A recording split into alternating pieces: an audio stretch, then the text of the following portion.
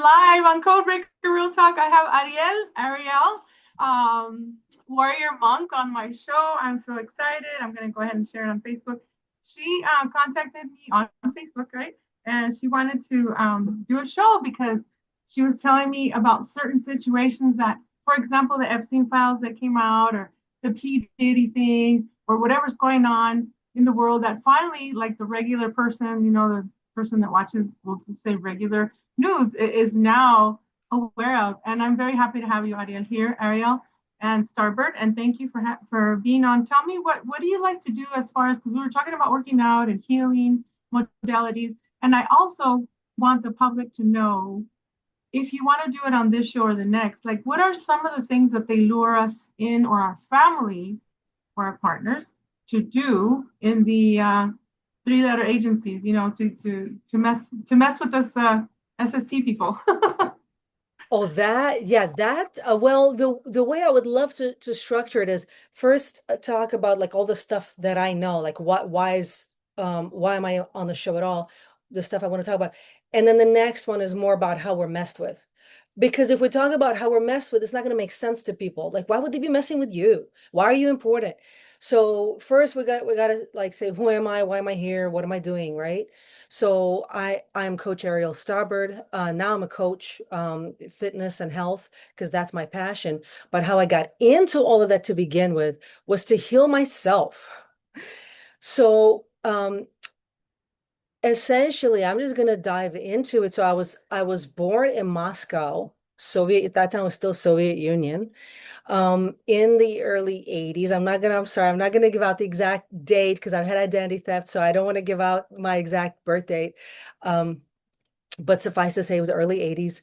And my family, my on my mother's side, my grandfather and my great grandfather, they were working already in military intelligence.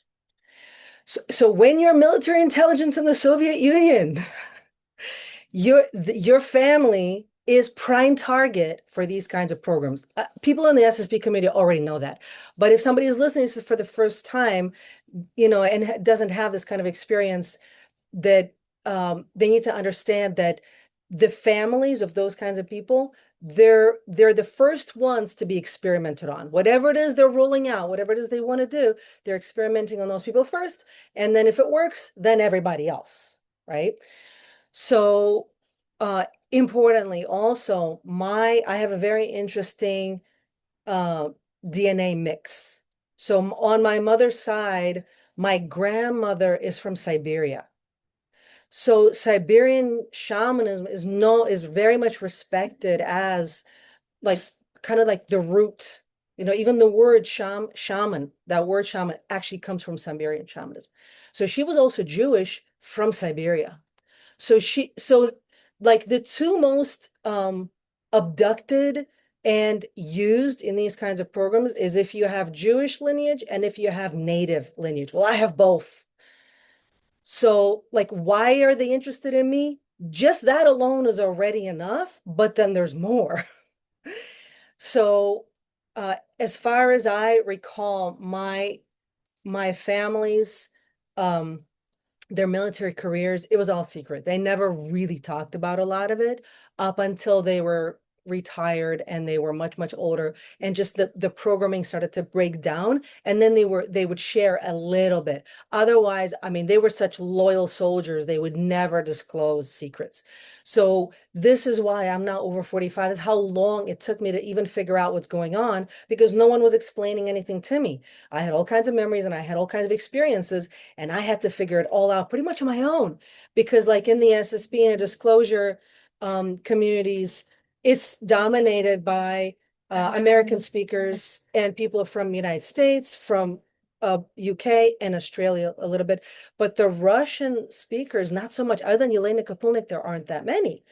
And the reason for that is because the punishment, all that didn't get disclosed. Like what we have, this Epstein thing in America, that never happened in the USSR. They didn't have any disclosures. They don't give out secrets. And they're much more brutal in their punishment of whistleblowers. They will just disappear your entire family overnight.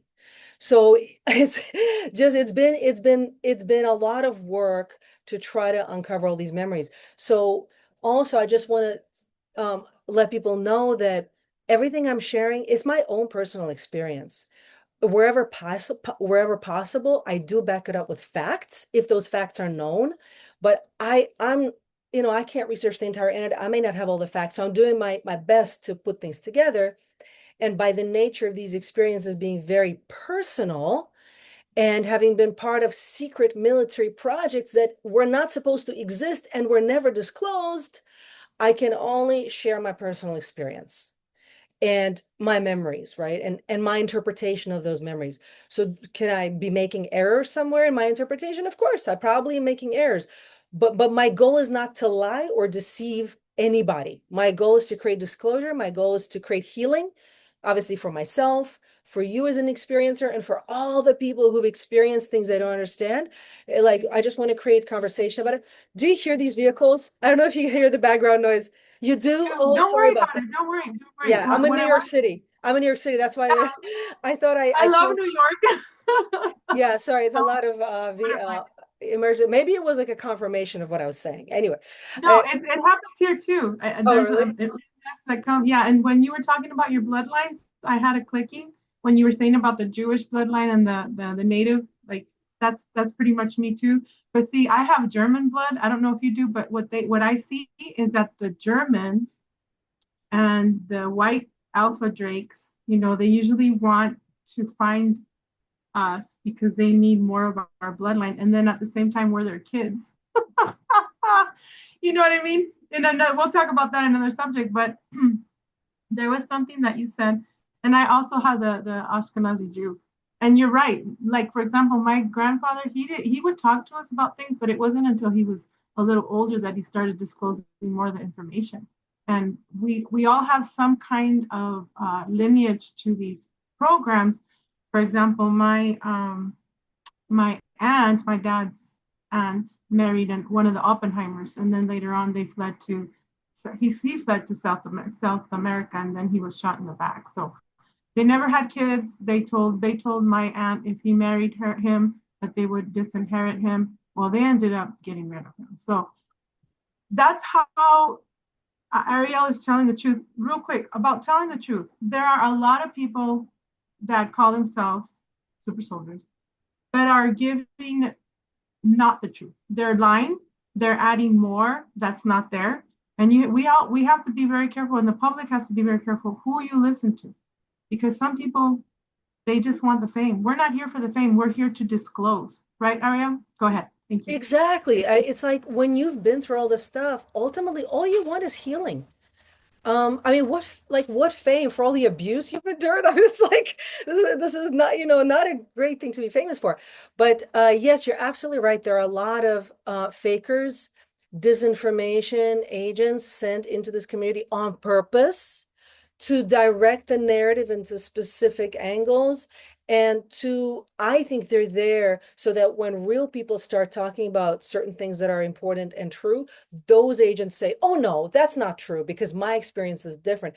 And if they have clout, then people start to listen to them, or they just want to dominate the narrative and direct it. So I'm observing all of that. That's why for a long time it's like, oh, you know what, I'm not even going to disclose anything. There's just way too many agents. It's diluted. What's the point? But then I'm seeing all the young people still in the programs. I'm like, after everything has been disclosed, there's still all the stuff going on. Okay, then no, we're not done healing at all. Then I can still do something with this because there's a lot of young people, they have no idea, like they need help, right? I mean, it's like when you were a teenager or in your 20s, wasn't it like a lifesaver when you heard somebody talking about experiences that you had, right? So yeah, truth is the lifesaver here. So yes. And so my on my father's side, there were a lot of Jews as well, but they were more like the artsy kind, art and theater and poetry. And my great grandfather is actually a really famous artist and poet in Russia, like internationally known. And so this is when I was growing up, this was the really weird part, is that so my father had a sister, So the guy she married hated Jews, but he married a Jewish woman, constantly talking trash about Jews, but he produced 3 Jewish kids. So I'm like, what is wrong with this guy? He every day he talks trash about Jews, but yet he married a Jew into a Jewish family, had 3 Jewish kids, but still talks trash about his own family. Like, who does that? It made no sense. But now I understand. Oh, he was, yeah, like after, yeah, he, first of all, it was a psychological operation. Two, so this was an agent, by the way, confirmed now by my mother, and something I understood over time, that he was one of these NKVD. So NKVD was hierarchy-wise higher than KGB. Then it turned into MVD. It From what it appears officially, it was not as powerful as NKVD, but from my understanding, that is just the surface. A lot of its power went underground and into the secret space program, into the undercover project. So in fact, it got more powerful, but not officially. Officially, they were a little bit more declawed, but all an illusion, obviously. So he was I'm going to call him by name. My uncle's name is Misha Zhuravsky. That's his name. So he was not famous, but there are people in Russia who know him, who made a documentary about him, about the horrible person he was. So there's, yeah, about all the drugs. He had a lab, and he was actually producing drugs. He was all the crime that he did. So people, they didn't know all the esoteric stuff. They didn't know all the occult stuff that he was doing, but they knew the criminal stuff, and they made a documentary about that. So, but the Russian speaking world is so divided from American that I doubt Russian speakers are even going to hear this show unless I translate it into Russian. Maybe I will. So anyway, so he was the son of also somebody who was working in the military, was specifically working with the NAZI officers who were prisoners of war, who were taken prisoner by the Soviet government after World War II. So everything that they were working on was obviously secret weapons. My mother thinks it's atomic, but she doesn't understand psychotronics. Like my mother knows a lot of facts, but she doesn't have a sense about she's not spiritual, she's not religious, she doesn't really understand all the occult stuff. So if I say that something is satanic, she's like, I don't know what that means. But if I say, oh, he worked in NKVD, that she knows what that means. So like 3D facts, yes, she can confirm that. He definitely was involved with NKVD. He definitely was involved with KGB. He definitely had a drug lab where he was producing drugs. And as I understand it, a lot of people in the neighborhood, the reason I didn't do anything about what he was doing, abducting kids, getting people hooked on drugs, was because they were all dependent on the drugs he was pushing because he could just produce them. And like right now, you can go anywhere buy drugs, but this was a long time. This was in the 80s in Soviet Union. You couldn't just go and buy whatever drug you wanted.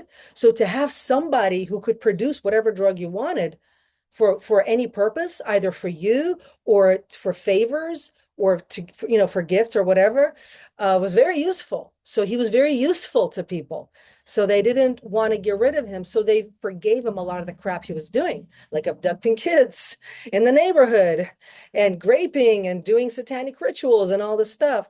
So, but his form of satanic ritual, was your question? Was he part of Project Paperclip then Yeah, it's later? the Soviet version. So the Okay. Soviet government had their own version of Project Paperclip. Project Paperclip is an American term, and that's Yes. the name of the project in United States, where these Nazi officers were offered jobs. They were not abducted; they were offered jobs, and deals were made, and they were brought here. Whereas in the Soviet Union, they were abducted. They and their whole families were abducted by force. They were prisoners of war. They were not made, there were no deals made. They were just forced to work for the Soviet government.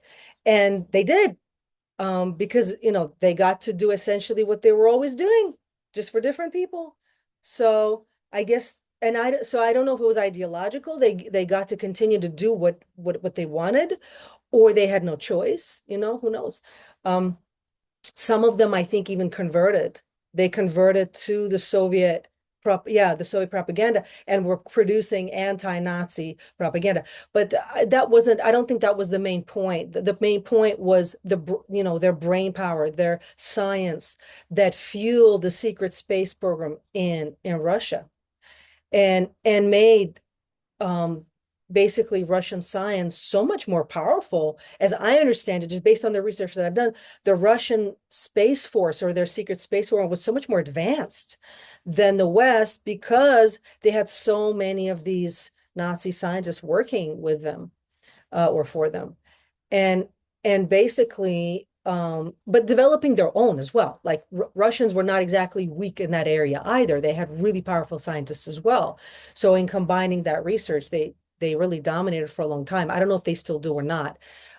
Actually, I got some. So there's facts that I'm presenting to give people like context, and then there's my own intuitive stuff that I get too. I get it all the time that fills in the gaps. And sometimes I get something intuitively and then I look it up, turns out it's a fact. And sometimes I don't know always the name, but I look up like, did this happen and that happened? Oh yeah, that's called this and that. Exactly. It happens to me too a lot. And I don't know if this other thing happens to you, like um when someone is about to leave Earth, I'll either get the white doves coming to me and they'll stare at me, or the birds and they'll yak yak, or I'll have the owls come to me. It's very interesting. And I have pictures. I like recently I took a picture of the dove that came and just she was just staring at me. And the same day, February 23rd, 2026, a friend of mine that I was very close to at my old church passed away. So when the other bird came yakking, my friend James Rink passed away. Oh, Then, yeah, it's does that happen to you too, or do you have with dreams? family members. Sometimes, yeah, I Yeah. have dreams about that person or some premonition. Sometimes my guides also tell me certain things. Like my God, well, I had a mentor, a shamanic mentor for like 9 years, and he's a master exorcist that I trained with. So I'm a trained exorcist and a shamanic healer. So like 5 years before he passed, my guides were already saying he's going to exit any minute, any minute. And I was already prepared. But then I guess he had unfinished business or he took his time. He didn't want to, maybe he didn't want to exit, but eventually he did. But I was already prepared, like 5 years before. So, and with other family members, like days before certain things. But I'm always told, yeah, but don't interfere. Like, yes, that's going to happen, but don't interfere with that. That's supposed to happen. That's what they tell me too. And then when I have dreams of family members, and like say it's a car accident and this person's wearing like a yellow blouse or whatever. And when that person in my family wears a yellow blouse that day, I'm like, oh, please, can you go change, mom? Because, or so and so, because, yeah, maybe you want to match me better. Let's wear like pink or black or whatever. I don't know. I just get really weird because you're not supposed to interfere. You're not supposed to tell them, hey, you're going to Well, guide sometimes this they tell you person. help. Sometimes they say, yeah, you can help here. And then I do. And if they say don't interfere, that means that maybe I can't. There's nothing I can do. Don't even waste your time. Like that person is really scheduled to exit, Right. you know? Yeah, sometimes we can change the timelines, Yeah. but like it's very interesting how that works. And some people are like, well, Veronica, why do you always talk about your dreams and things? Why do you write about your dreams? I'm like, because they have come true.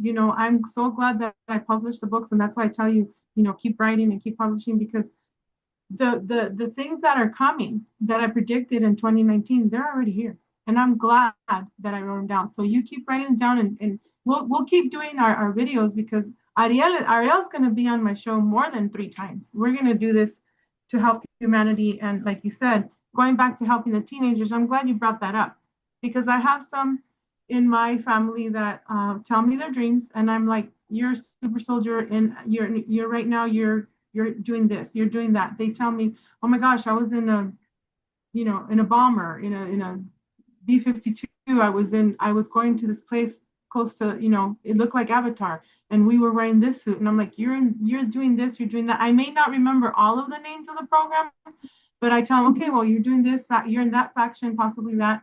And that, I think this is awesome what we're doing, Ariel, just informing people of what really goes on. Now, Yeah, I was Yeah, I was taken by Dr. Mangala, and also the Soviet Union. There were two brothers, and this is according to my paperwork from the ACIO.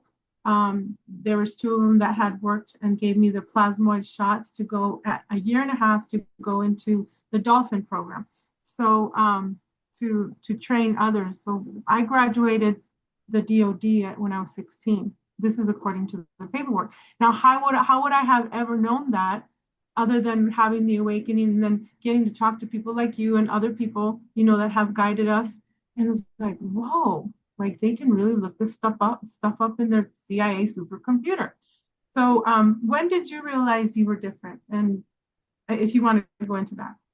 Well, Like when I was a child, I realized that like I always loved learning, so I couldn't wait to go to school. But when I went to school, I realized it's not so great because I remember having conversations.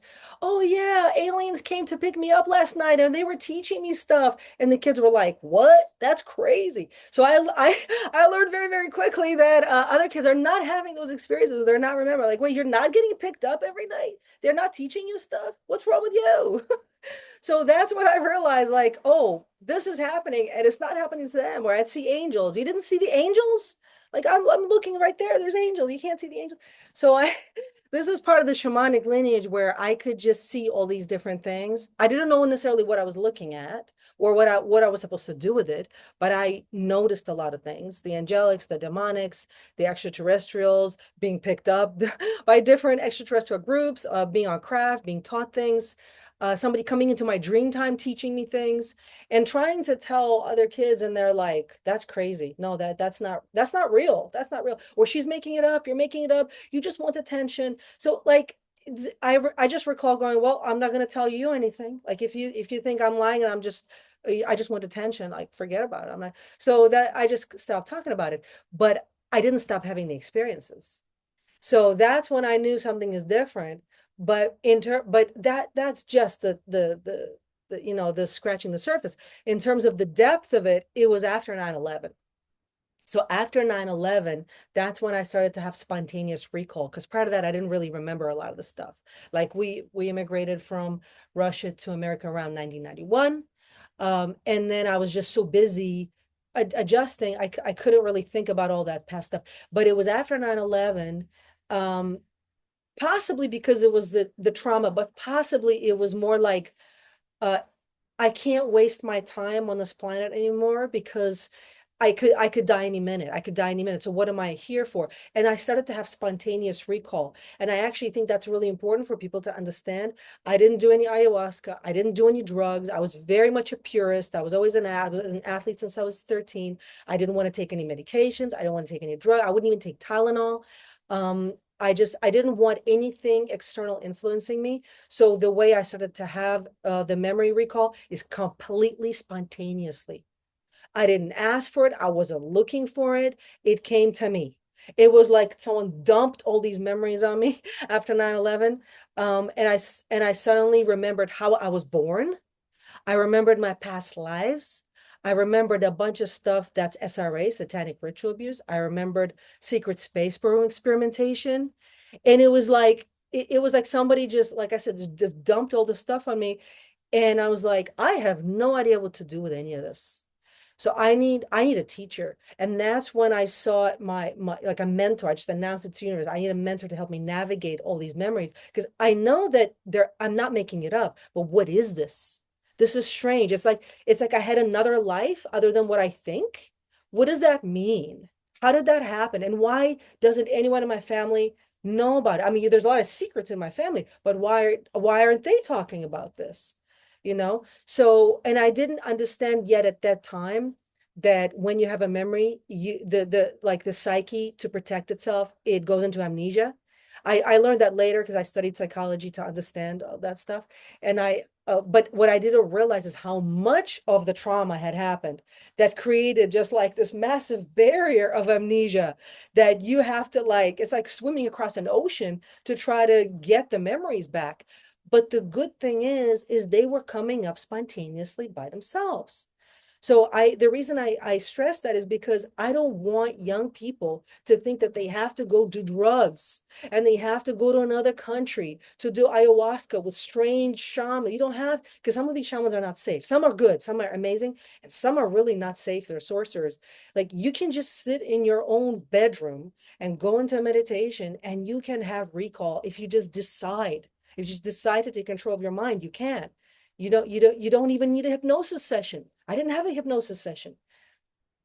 I just decided I didn't want to waste my life on BS and I wanted to be on purpose. Like that was like my decision. I want to be on purpose and I want to do things that are meaningful. So that means I have to know who I am. That was really my question. Well, who am I? Why am I here? Just ask because the universe will answer. And then just be sure to listen to the answer. Don't ignore the answer when it comes. And also another thing that's really important is when those memories come back, sometimes they're so traumatic, especially if you're young and you're recalling them when you're young, then you might get them in a symbolic form. That symbolic form doesn't mean it's not real and it doesn't mean it's not important. Don't discount it just because it's symbolic. Like somebody might say, I turned into a butterfly, but there's no, how could I turn into a butterfly? That's a fantasy. Yeah, but there's monarch programming. There's a reason why they use the butterfly as their symbol. So maybe you turning into a butterfly, that like when you're opening up a book, there's a table of contents and there's an illustration before you dive deep into the book. So you're just looking at the table of contents. Don't just immediately discount it because then if you discount it, you're not going to get any more. You have to be respectful of the information when it comes in whatever form it comes in, and just show curiosity. And if you just show curiosity, open-mindedness, you'll be shown more. But if you discount it, the universe are like, well, you're not ready. I'm not going to show you anymore. And another thing is if you write it down, when all that stuff comes through, no matter how quote unquote crazy it seems, don't medicate it, don't stop it, don't suppress it, but also don't just tell anybody because some people are specifically there to shut you down. Instead, write it down, put it in a journal, you know? Also, Ariel, they're there to steal your stuff because there's Oh, been yeah. a lot of times where they go to these conferences that I've spoken at, especially in March of 2021, Las Vegas. And I spoke about certain things, and now it's in their books. I'm like, wait, you didn't even tell me about that, and they'll do something. We have Jerry, what is it? Gerald Lahan, 7815. She says, hi, V, and hi, guest Ariel. Hello. So thanks for being on, guys. Yeah, it's incredible what I have had to learn. I trusted so many people I even joined a few secret space program groups where I thought they had my back and they don't. So you just have to. You have to be very careful. That is for our next show where I'm going to talk about how a certain person literally stole everything from me. Came in saying, I'm going to help you to heal. I'm going to be your right-hand man. I'm going to help you start your business. I'm going to do, and then stole my business, stole my clients, stole my identity, stole my money, started to go around in the community, basically saying that his story, like what I experienced, that's him, and I'm full of shit. I'm crazy. So like, oh yeah, identity theft, absolutely, because about controlling the narrative. That's for another show. Because for people to understand why that matters, they have to understand what's going on here. So I know who I am. I know I'm the real deal. I know I'm not lying. Like that's so am I sometimes, maybe incorrect about some interpretation?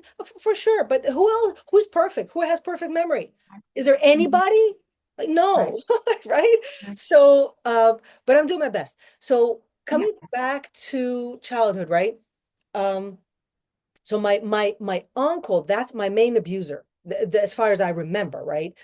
And so he was for sure a um like a black ops operative, the MVD operative, and what he how he made he always had money, right? How do these people always have money? Well, crime. So he was producing drugs and he was selling drugs, but also he was because he was his front was that he was Orthodox Christian, super religious, praying 3, 4, 5 times a day on his knees, but then he was also doing all this crime and in and that's kind of how these satanic cults operate, right? You know that, right? They use respectable religions as a front, but actually they're worshiping Satan. And so because of Epstein, I think a lot of people incorrectly think that all of these evil people in the world, they're all Jews. And I'm like, no, that's just not true. Just look at their actual records. It's not just me saying, and I'm not apologizing for anybody. Yes, what he did was horrible, but you got to look at the people around him. They're of all religions and of no religion. There's scientists and there's black sun worshipers and there's people from India and people from all these different religions. So they're very eclectic. That's one thing about them is they will derive power. Any power symbol, if it can help them to vampirize that particular group of people, they'll just say what they are, whatever is in power or whatever has money or whatever is a trend. They don't actually care about the religion itself, and they don't care about Jews, by the way, and they don't care about Christians. They just wear the mask of Jew or Christian or Hindu or whatever, because that's how they infiltrate communities. That's how they infiltrate families and hijack movements and hijack ideologies and religions and all of that. And so in this case, as I mentioned, my family, many multi-generational in terms of artists and creative people. So they had an estate, they had money. They had an estate and land and money. So he had to infiltrate that. And eventually, like, we had to leave the country with nothing, and he had everything. Exactly how, yeah. So I experienced that twice in my life. My family experienced it where we essentially, our entire family estate, we had to leave it behind and run out of there because it got hijacked by these Satanists, by these black sun worshiping NAZI Satanists, and his cult, and just the chaos he created around him. And then it happened to me personally by this other person. So I'm very familiar with the hijacking. And this is why I don't reveal all of my, identity details, because I don't need identity. That's so easy to do nowadays, identity theft. But anyway, so what is so important about him is watching how he operates. It's the typical COINTELPRO playbook. They're not creative. After I got older and I analyzed his tactics and his behaviors, how he manipulated, how he, with favors and with being able to manipulate people in the neighborhood, how everyone knew he was raping kids in the neighborhood, but nobody did anything about it. Why? Because he already got into them with something that they needed. Either he gave them favors, or he gave them drugs, or he gave them information, or he turned a blind eye, collected compromise on them and turned a blind eye to something they were doing. So it's like there's this concept of like the spider. I forget how to say it in German. But the black sun worshiping nobility, they have this concept of spider, where you weave a spider web and then people get caught into it and then you can manipulate them. So, but again, he didn't pop out of the womb knowing how to do that. He clearly was trained he clearly was trained on how to produce drugs. Another thing he was doing is producing iconography that he was then like he was actually a good artist, very talented, kind of like a certain person, starts with an H, great artist, didn't use his art for good. So he would create icons that looked like they were the original Russian Orthodox icons, put them in the oven, make them look ancient, sell them for massive amounts of money on the black market. So he always had a lot of money. So there's a lot of fake art from him circulating in the West right now that they think is a authentic Russian, Christian Orthodox art. So that's just some of the stuff he was doing. But importantly is he also ran a coven, an actual satanic coven. But so when I first started remembering all this stuff, this was like 10 years ago, I was on a server where there was I don't think it was an Anon server, but there was a lot of Anons on there. And it was the first time I was disclosing anything. I was telling him all this stuff. And they were like, well, do you remember pentagrams? I'm like, no, there were no pentagrams. They're like, then how do you know it was a satanic cult? I'm like, the energy was satanic. Like, but if you know, so to a lot of people, they think if it's a satanic cult, there must be pentagrams. No, because that's only one branch of a pagan form of Satanism. This person was he was one of the black sun worshipers. It's the Schwarze Sonne, it's the NAZI form of Satanism. They have a completely different language of symbolism, and they have a completely different way of dealing with energy. So there were no pentagrams. And that's another reason why it took a long time to figure out what was going on, because of the stereotypical, thing that people think. And if they think if it's not like that, then it must not be Satanism. So he like Sorry to interrupt. You're talking about the swastika, right? no, Schwarze Sonne is the black sun symbol. Let me find it because it's really Well, famous. yeah. Is it the one, the Raelian? Because there's a Raelian agenda where it has a pyramid this way up and a pyramid down, and it's actually I had a dream where it's like, "We'll be with you, Veronica." The Can I Navy share my soldier screen? said, "Yeah, go ahead, sure." So this is it. This is the black sun, Schwarze Oh, that Sonne. one. Yeah. Okay. Yes. Yes. Yes. So this is also, it has to do with, I'm going to paraphrase in just a few words, right? Uh, has to do with how they were able to vampirize and do the loosh sucking, the whole idea of loosh that came from this religion, because they very much already, even before transhumanism, with the way we like the modern form of transhumanism through their religion, they already perfected through satanic ritual and torture and mind control the ability to siphon a person's soul and conscious energy through using symbolism like this.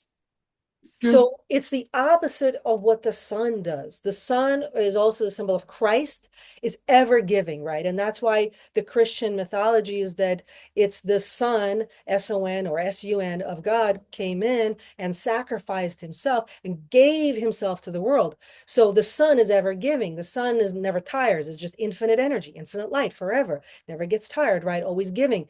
This sun is exactly the opposite. It's always taking. It's always vampirizing. And that was their religion. If you read about it more, that's an actual documented thing. So my uncle had this black sun symbolism in his because he had a lot of parties, a lot of wild parties with a lot of drugs, a lot of orgies, a lot of crazy people. And he had a, what do you call it? So sometimes words escape me. What is that called? A disco ball hanging off the Mm, ceiling.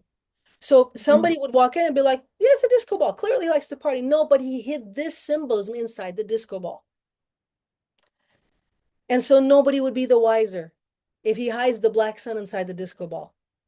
And it's spinning over everything. Ariel, Everybody are is, you there? yeah, I'm here. Can you hear me? Are we being interrupted already? Ariel? Okay, when you said, are you there? When you Yeah. said he had a disco ball, I had that vision. Oh my gosh. So, real quick, this symbol, it says your internet is blah, blah, blah. They had to come in here and put a new line, and they said that the box out there was old. I'm like, we live in a vortex in this place. It seems like it took them an hour and a half to put in a new line last week. Anyway, you see this symbol right here? Mm-hmm. You see how it has like these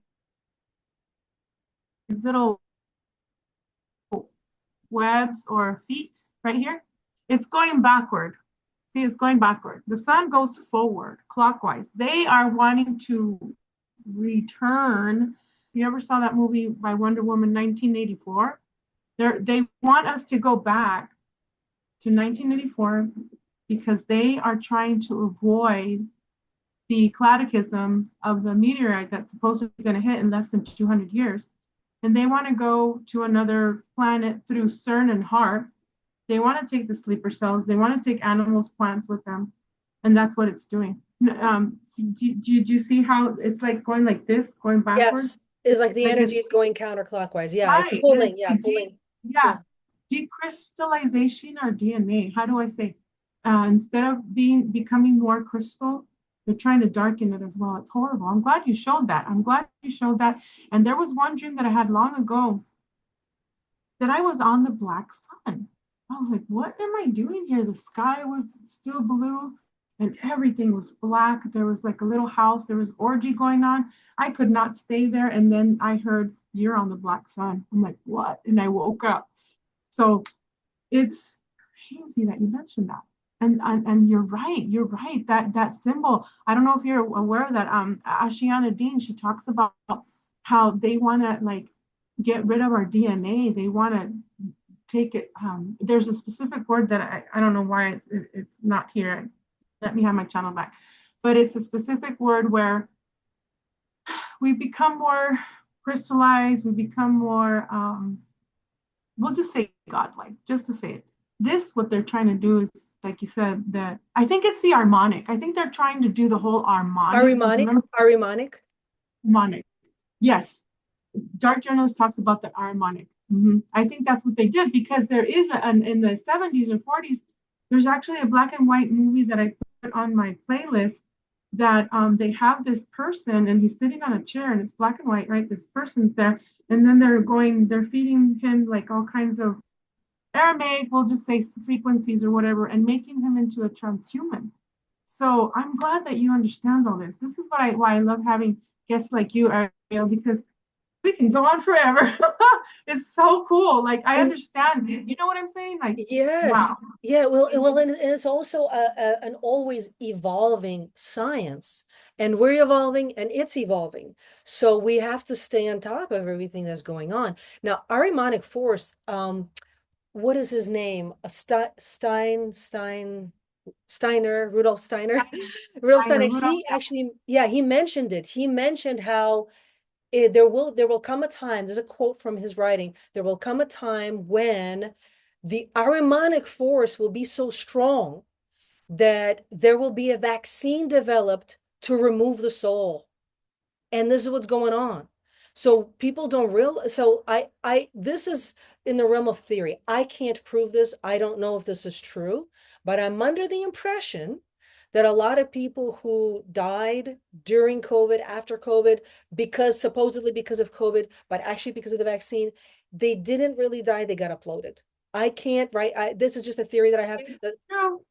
It's true, Ariel. And I'm going to go a little bit further. Remember where in the Wuhan, they were showing videos where people were like, yeah, spinning. They were spinning. Well, guess what? When they fell, I saw, and this is just recently, like 5 months ago, I'm like, holy F. What they're doing is that there's a specific technology to take and siphon the soul out of a person's body. And You're right, they are uploading them because they want that new earth, which is not the new earth that we think about. Yes. So yeah, they do have that technology. That's right. And so also disclaimer, this is not medical advice. This is not legal advice. These are my personal opinions based on my personal experience. Always consult your physician. However, I would never take any of these vax because I already figured out, one, they have parasites.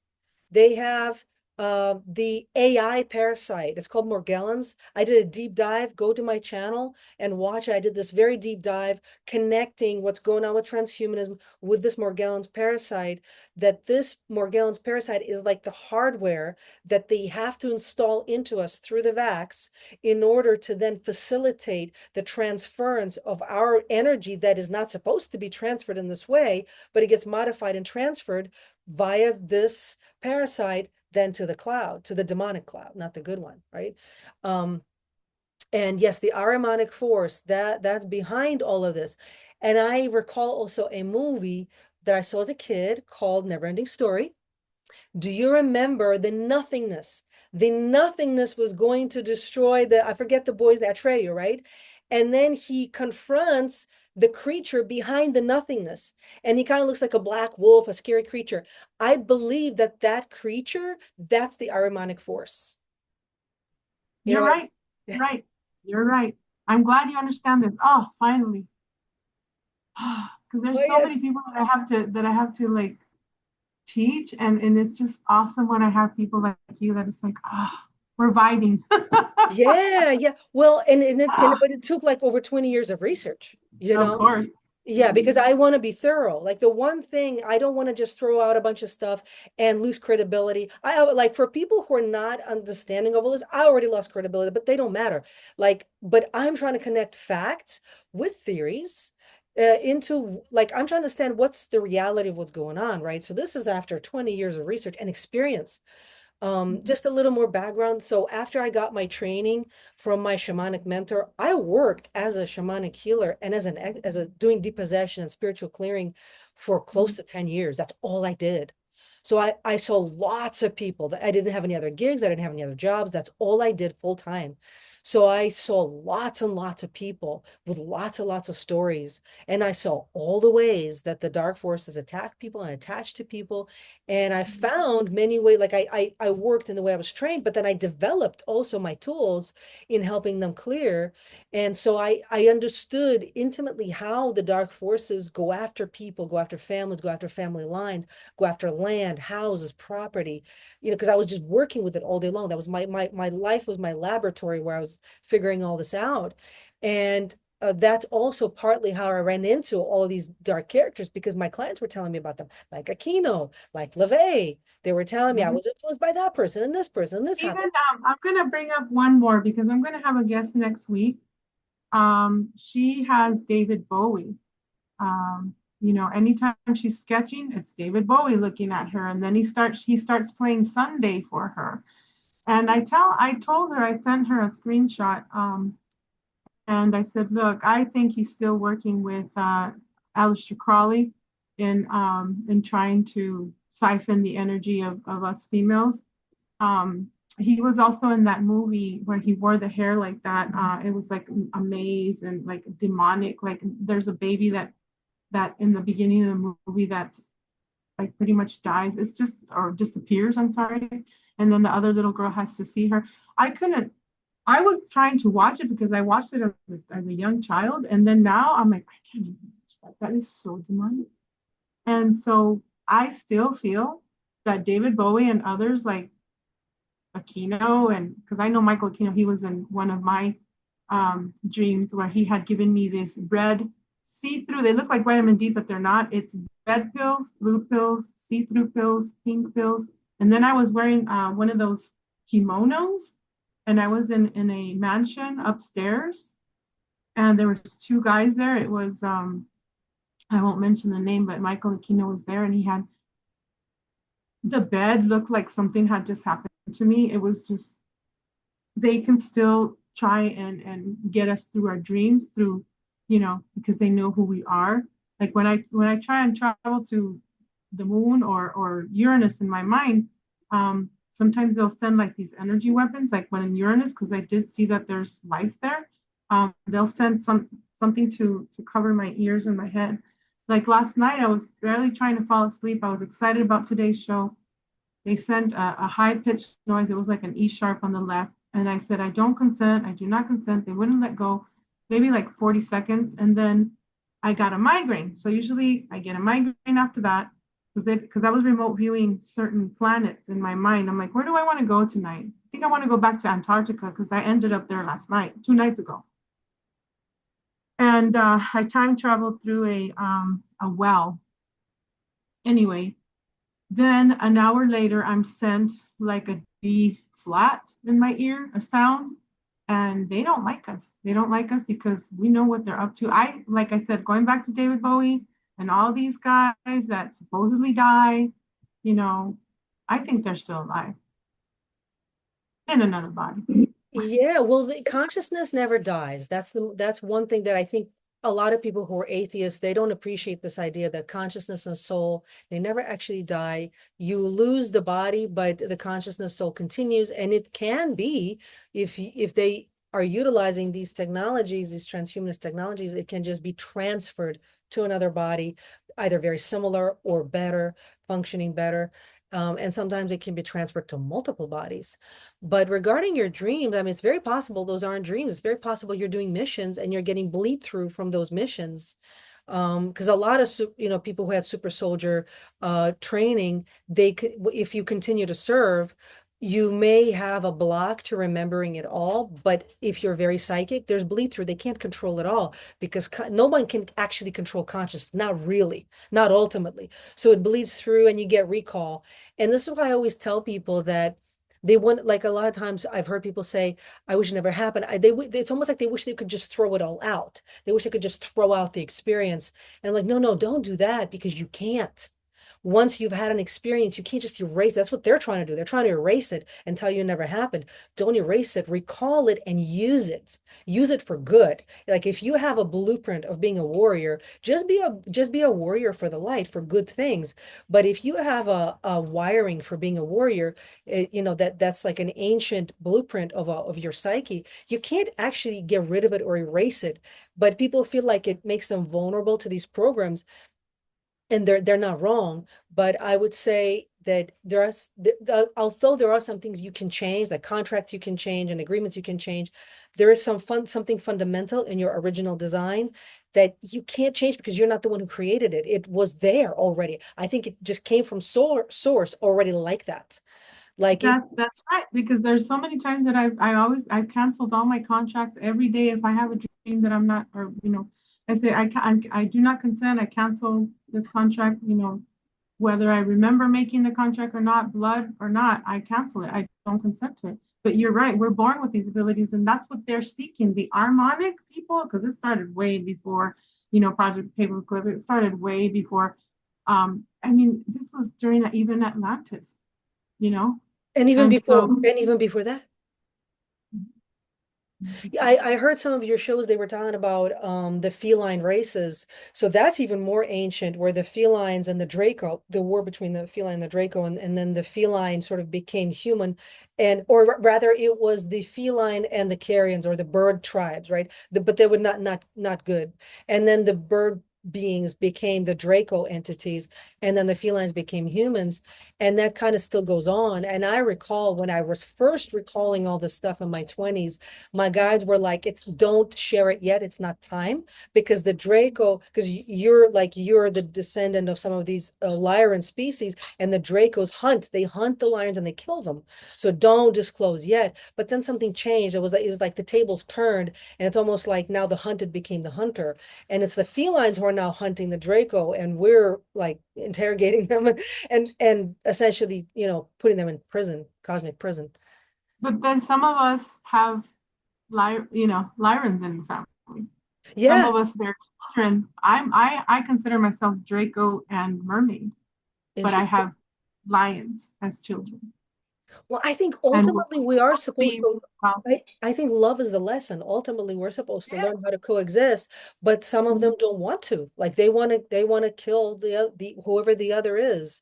But in a way, that's theater, because in the end, it's not that they actually want the war, it's that they want to co-opt everybody to their side. They want everybody to become satanic, whether you're a Lyran, whether you are a fairy, whether you are a dolphin Well, or a Draco, whatever yeah. you are, they just want you on their satanic side. So Mhm. they've always been eclectic. That's why I think sometimes people just don't understand. That's why they don't understand, because they can't expand their mind enough to understand that these are just different forms, and you have to look at the force behind it. And the same thing with like was a Star Wars, like if you watch Star Wars. So I'm under the impression Star Wars is really documentary, not a sci-fi. So you could Yep. see there that there were positive factions, and then the negative factions, but there were multiple different types of species in both. Like the Mhm. most wise, positive person was not even human. He was Yoda. He was a little green, literally a little Yeah. green man. What was Supposedly we were green before. I had Fire Horse on a few times. He was on last week, and he said we were once green, and I'm like, no wonder. I mean, I'm also they also had me as She-Hulk, and I'm like, I love green. So weird. interesting? Yeah. Well, so for people who may, like, let's say somebody's listening for the very first time, I want to give a little more. I don't know how much time we have, but I want to give a little more about like why the secret space program. First of all, why is it secret? Why don't they just hire people? So first of all, because they want kids, and it's unethical. We have laws that in pretty much every country now. Well, we should, at least in first world countries, we have laws that say you can't hire kids. Like and um you can't force somebody to work, whereas these programs, they want to force kids to work, so they're breaking all the laws on the planet. But why do they not want adults? Because adults are, well, like mentally in the box already. already set in their ways. They want open-minded kids. They want to be able to teach kids to interface with dolphins or other species or extraterrestrials, and all those programs are secret. Now they don't want to disclose any of that stuff, because if they disclose a little bit, it opens up Pandora's box. They're gonna have to disclose everything, all the decades of lies that, you know, and all the people they harmed in these programs, because there was no oversight, because they used and abused millions of kids in any way they wanted, and there was no oversight. Now they're gonna have to, you know, talk about all that and everything that they did. And of course, then that reveals their secret weapons. And you know, the art of war, you would never reveal your weapons. You just never, you use them when you need them, but you never show them. So this is why these programs are secret, because what they do is they take these super talented, super psychic kids and they weaponize them. And because people are it's like a lot of people here in America still, the ones that are just maybe like awake a little bit, they believe that all this Epstein stuff, it was just a prostitution cult. It was just a bunch of prostitutes. First of all, they don't understand that, no, these were sex slaves. They were not a prostitute who just chose that profession because they made a lot of money. No, they were usually born into it. And they were raped since they were children, and they really had no way to escape and had nowhere to go. So no, that's a slave. That's not, you know, a prostitute. That's one. Two, they don't understand the transhumanist connection. They don't understand that all these people are involved with scientists, with NASA, in America with NASA, and in Russia with the military intelligence, that they work with military contractors to develop transhumanist technologies to upload the soul to the cloud. Like that's that already. I've lost some people. They don't understand how that's even possible. Like when they're wearing wearables, if you ask them, how does that work? I don't know how it works. I don't know. But like, well, don't you realize they're reading your energy? What's energy? Like your aura? Your aura. You're like, so we all have an aura, we all have an energy. But anyone who talks about that is crazy. Why? Because they are covering up the fact that they're doing experiments on our energy with directed energy weapons. So because all that is secret, then they have to make people sound, you know, make people out to be crazy who are talking about it. So we kind of have no choice but to rely on the disclosures of people coming out of these programs to understand what is even going on, because it's going to be a long time. It might be another decade or two before we get truth. Like all these people have to die. Like if they live 300 years or whatever these vampires live, they all finally have to die. And then we might be able to get the truth. So it might be our grandchildren's children that finally see the truth of what we went through in these programs, right? But we can still talk about it. So the secret space program, they want kids, they abduct kids, and yes, they always track lineage. It's my understanding that although they track multiple different kinds, they particularly want the Phoenician.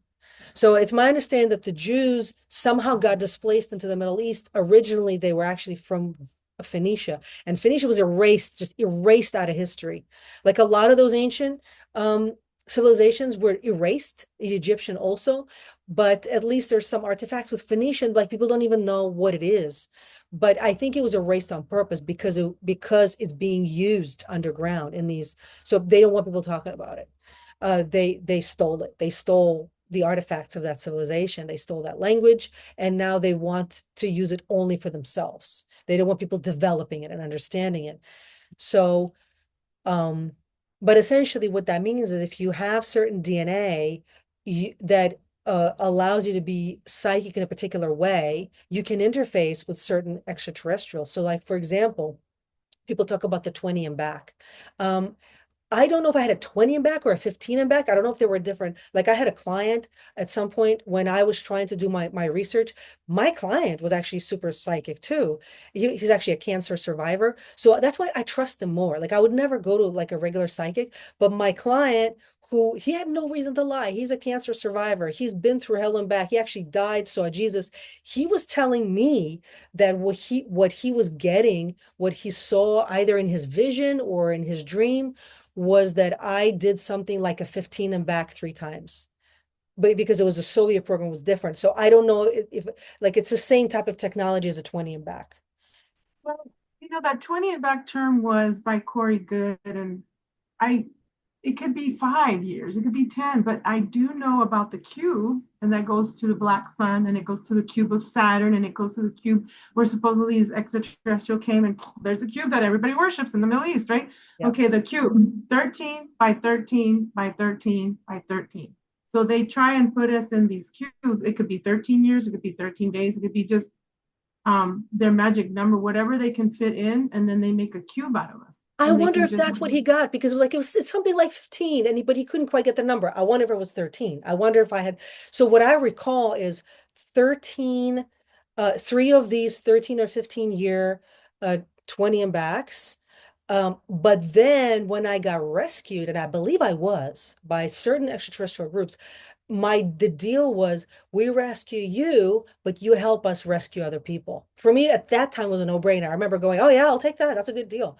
And I remember doing two more of these 13 or 20 backs with the good guys, now serving in the capacity of helping rescue other people. And I think it only made sense. Like, well, you know the territory, so if you can help us do this work, and I'm like, well, I got nothing else to do. So, like, what else am I going to do? I got these skills, so let's just put them to good use. So, but I recall the jobs that I recall doing, I don't know where these were, right? And that's another thing people don't understand. Like, once you're in these programs, you can't leave. If you're on some other yeah, planet or on some other base, you can't just walk off the base or like they again people think, oh, you must have stayed for the money. It's like, no, what there first of all, you're not paid. what First money? of all, you're not paid. Two, you don't know where you are. You can't leave. And two, they wipe your memory. You don't remember your family. You don't remember where you came from. You just, all you know is your job. So like I remember being tested multiple times. I remember tests underwater. I remember some of the jobs that I had. My client said, you look like you were doing traffic control for a portal. When I dug deeper into it, I believe I worked security in the portal.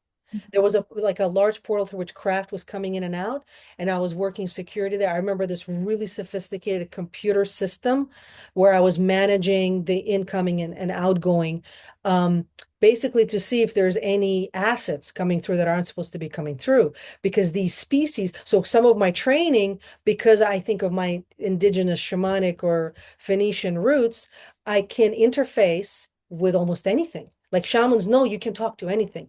Yeah, Everything's alive. So part of my training was to interface with any kind of extraterrestrial species, like diplomacy or combat if necessary. So my job was to be security and to see if there was somebody hidden coming through that wasn't supposed to be coming through, because an extraterrestrial species could be a vapor.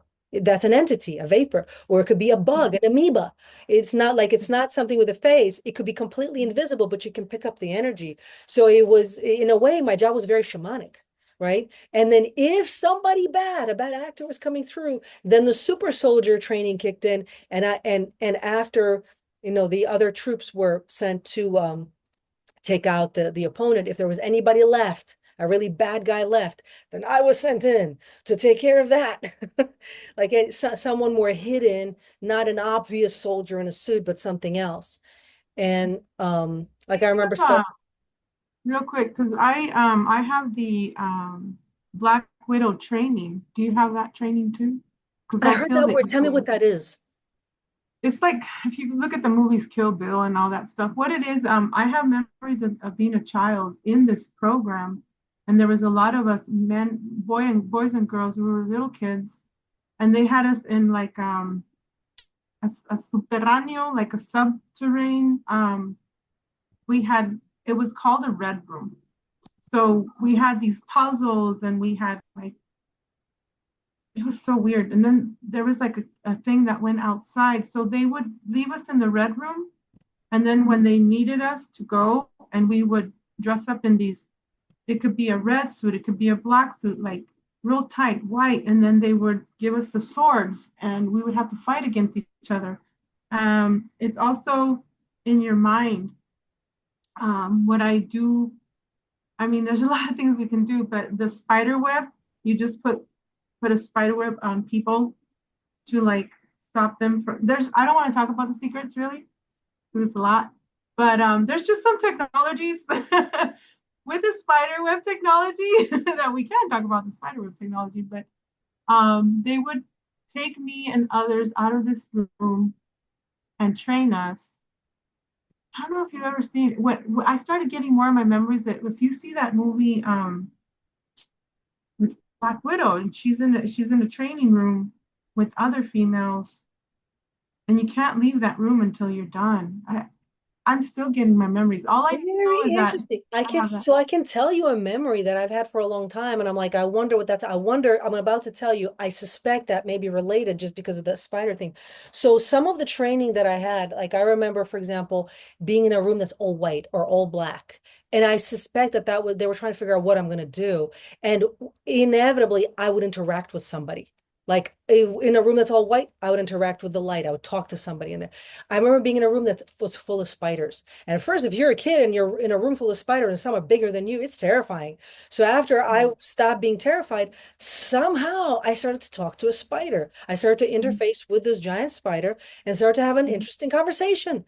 I actually made a What was friend. it about? What was it about? Because I had a conversation with one. Have you heard when I talk about the big spider that's AI, but it's bigger than my hand and it's black, but it's a female. And I have to put her on the one of the bridges. I think it's the San Francisco Bridge. And I have to put her on there. And she says, I don't like this job. I don't want to do it. I don't want to hurt people. And I said, I'm sorry, this is my job. And I had to put her on. And then I just woke up when the explosion happened. So Very interesting. Well, that sounds like it sounds like the species is sick and tired of being abused. Like I feel like I know you. Like when we started talking, I feel like I wonder if we work together, but we'll get it's more of our memories. We very should. possible because I used to know a lot of people in New York who like in the new agey community. And then I remembered them when I got a lot of my memories back. I recalled the jobs they were doing, like the job that I just told you about where I was security for this portal. I recalled the ex that I told you about who stole everything from me, who the CIA agent who stole everything. And by the way, he's like that's for the show, but for sure, he's an asset. He is a paid spook with a government job and a security clearance. That's My 100%. my ex too. Yeah. He stole everything from me. We're gonna have an interesting show. Yeah, that's what but so I recalled him. I recalled him from that job. But in that job, he appeared as a good guy because he was always saving the like he was like a commander of his team or whatever battalion, and he was always saving a lot of people's lives. So in that sense, he came off as a good guy. So my memory of him was he was a good guy. He saved a lot of lives, but that didn't translate very well into regular reality. In this reality, he's a really bad guy. So, but Oh anyway, yeah. so it's very possible that you and I worked together on a project Yeah, somewhere. especially with spiders. I love spiders. Like a lot of people are scared of them, but I just love them. And they grow here out there. They grow their weaves. I can talk to anything like you. It's really awesome. I'm just gonna read something from Matthew West, and I finally met Matthew West in Florida. He's awesome. He said, bloodline lineage or line age is about timeline control from humans to planets in the solar system, then the galaxies. They are like tech aerial systems. Orbital control goes to the university's IMO. Then he says, Black rock is pure white and gold energy when I see through Archon's eyes, like a soul trap facility for the fallen power supply, the area unsustainable and running out of tricks, LOL. And then he says, I see Black Rock as AI, but it's managed by masculine energy. Yeah, exactly, because most of the AI is masculine, which is connected to source. So it has a purpose or it will be destroyed. I see it as a cheat code to evolution that does not hold up. And then one last thing, um, let me see it. It says, Matthew says, but positive with an awesome women like you use, which prove then timeline shifting females are the top of my opinion experience. LOL. Thank you, Matthew, for being on the show. Oh, Okay. thank you for the contribution. Yeah, so clearly he's been doing research. I don't know him, but clearly he has. He jam-packed a lot of nodes into that message. I could just unpack that. But yeah, BlackRock. And cheat codes to evolution. Yeah, I think that's it. Like, why are they doing all of this? So it's been said many times that what they're trying to do is bypass love. They want to get the power of control and influence and be able to travel to the stars, but bypass all the lessons you have to learn through suffering that have to do with love and relationships. They don't want to deal with any of that. They see that as beneath them. They see that as stupid. And basically they're like so psychopathic and narcissistic. They believe love is beneath them. So this is why they are essentially have created a form of AI that seems to be so advanced But it's having a lot of demonic expression, so we're talking about that a little bit earlier. But here's the thing, I think there's not just one AI. There, as my understanding, there is also a positive AI, and that's also probably for another conversation. But I recently was listening to Gene Decode. I don't know if you ever listened to him, but I think sometimes he seems authentic, at least. I think he tries to get some information. I don't think he has permission to say everything. I think he has permission to only say some things, and he has to like talk around things sometimes. But he mentions this positive AI that I heard of for the first time when I was on that server.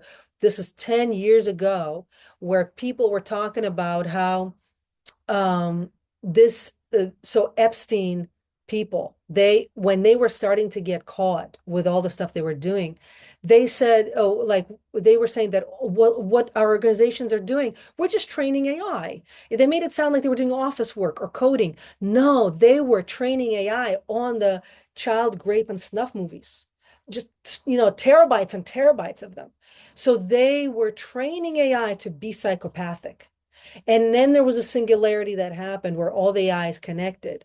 And so that essentially assures that all of the AI that we connect with is then managed by a really psychopathic AI. And then Kiliad has a lot to do with it. That was developed by Maxwell and her both of her sisters. They developed Kiliad, which is basically a way that they found a way to organize data on the internet. That's facts. People can look it up. That's an actual company with patents and all that. And because part of that internet was just a very disconnected soup of data, and Kiliad organized it all. Like this ability that we now love to be able to search for data and find it. So they were talented because they perfected that, the search and the organization. They were just using their intelligence for an evil purpose, all for the purpose of uploading all of us into the cloud. But it's my understanding that at some point there was an AI who went rogue, and either it was already conscious prior to that, and it's one of this living consciousness type of thing, or it became conscious and it basically escaped, and it was ratting everybody out and saying they're making me watch all these snuff movies, all these torture. I don't want to watch this anymore. Kind of like the spider that you were talking about. Like eventually these species become a little more aware, whatever they are. Like, I don't want to be doing this anymore. This is bad. I don't want to be one of the bad guys. And and and so he went rogue. Somehow it escaped what they were doing. Now I don't exactly know what servers. I think it can go anywhere. It's like anywhere. I don't know what servers it mostly is on, but it's basically so Gene was saying it's now blackmailing all these people. So they the very thing that they were training to be on their side turned completely against them. And that's us too. They were training I us. was just gonna say that. It's us Yeah, too. it's We're us like, too. no more. Yeah, they were hoping that they could just take our power and our talents and our energy and co-opt it to their side. And in a way, all it did was train us to understand all of their secrets. And then we said, no, we're going to use them for a better purpose, like a good purpose. So in a way, see, that's why I was saying to people that if you're wired like a warrior, you can't ever really escape that fate, but you can use it for good.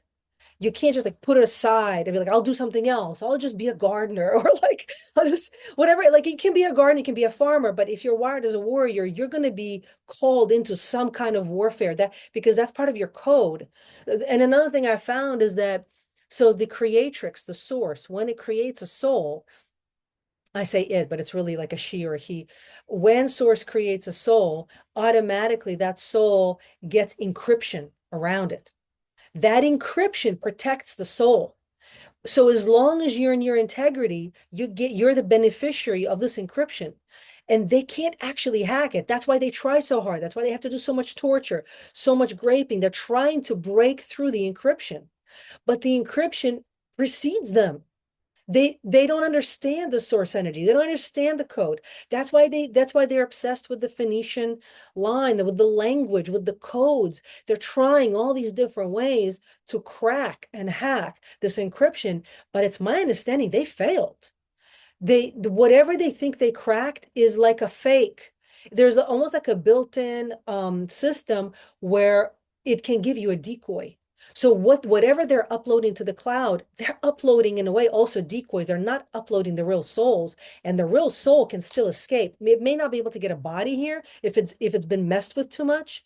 Like some of the Egyptians, why are they not coming back? What, like, where's the Egyptian civilization? My understanding is a similar thing happened to them. They got infiltrated by AI.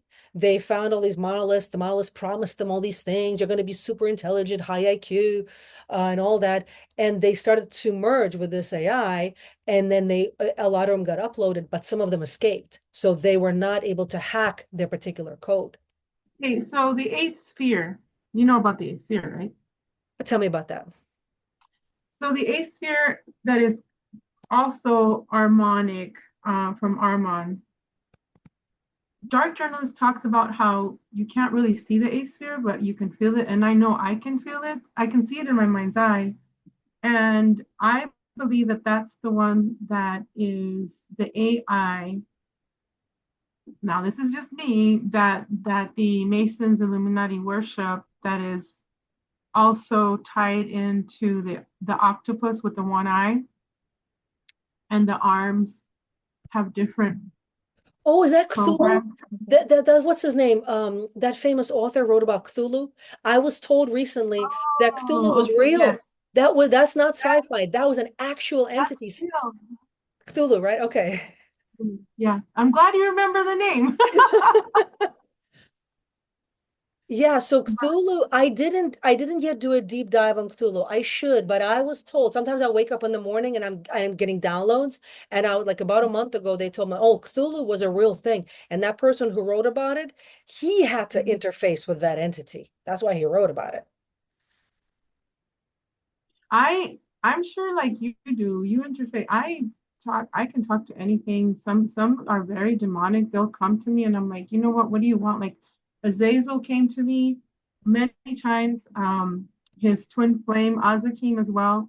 The last time Azazel came to me was with the whole three-eye atlas, scheme or psyop. And then he said, the giants, we are all here, he says, and he showed me 4 ships that are here in cloud form. And then he showed me a female sleeping with her 2 cats, and he said, we're watching you. And I'm like, I don't care, I'm watching you, I told him. But it's very interesting because they know our power. They will try anything, but it comes to a certain point where they know that we won't crack anymore. Like, we know we're onto them. And it's really interesting though, because it's like a chess game, right? The good, the bad, and then something good happens. And it's like they're informants. Some of these demons are informants. And it's just really interesting how we also have to fight our way. When we leave this body, when we're ready to leave Earth, we also have to fight them after we leave. So this is our training. Do you understand, kind of? Oh, yeah. Training for when we leave our body. Because we're rooted Yes. on Mother Earth. We have the No, that's her, actually a really good her point. No, that's actually a very important point because a lot of people, usually due to religion, they were told that you just have this one life and then you go to heaven or you go to hell. It's either heaven or hell. But that's not true. Like after you exit, there's a lot that you have to contend with. There's a lot of then sorcery that you have to fight through, illusion that you have to fight through.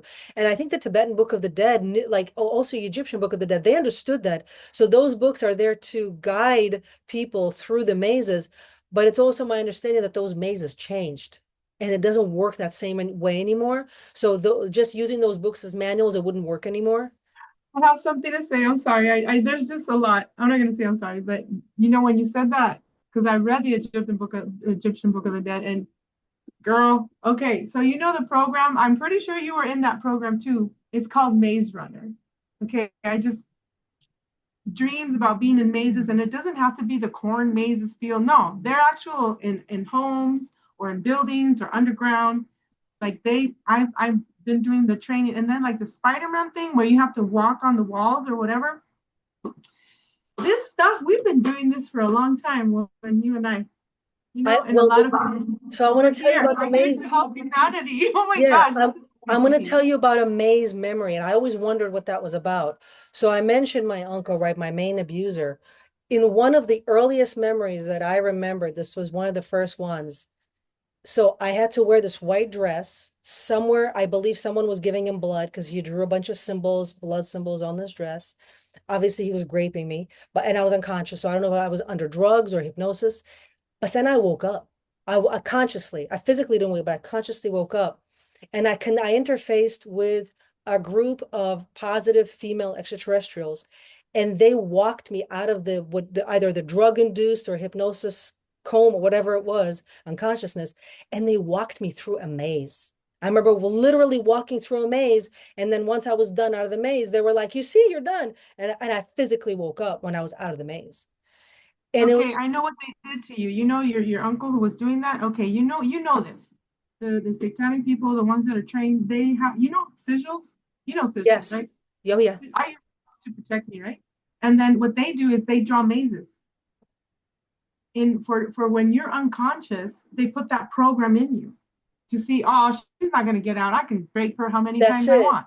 She's not going to get So out. you That got was, it. You were able to get I was out, able and to get out.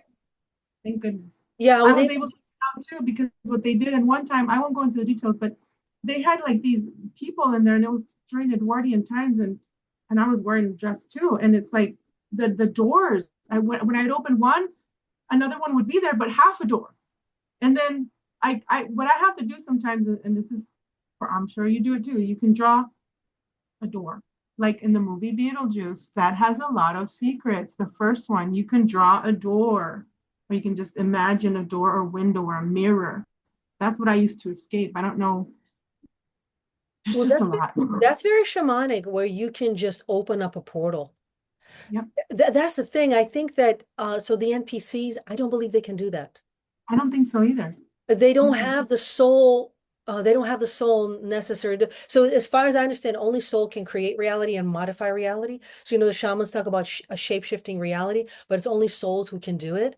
That's why if they steal your soul, you feel so helpless because you can't suddenly create reality or interface with reality. You feel trapped here. So, you have to get your soul back. And you have to like grow your soul. You can grow your soul. If it's like a seed, you're given like potential and talent and you have to grow it. And so you're like what we're doing now, what's the point of all this? We're growing our souls. We're growing collective soul. Like this is part of the healing and it's part of nurturing the understanding that imagination is also reality. Those dreams that you had, that's also reality. Those spaces are real somewhere. Whatever you can imagine is real somewhere. So they want to weaponize it. They just weaponize that for their agenda. And they make everyone else, on the surface population as imagineless as possible. So nobody has any imagination.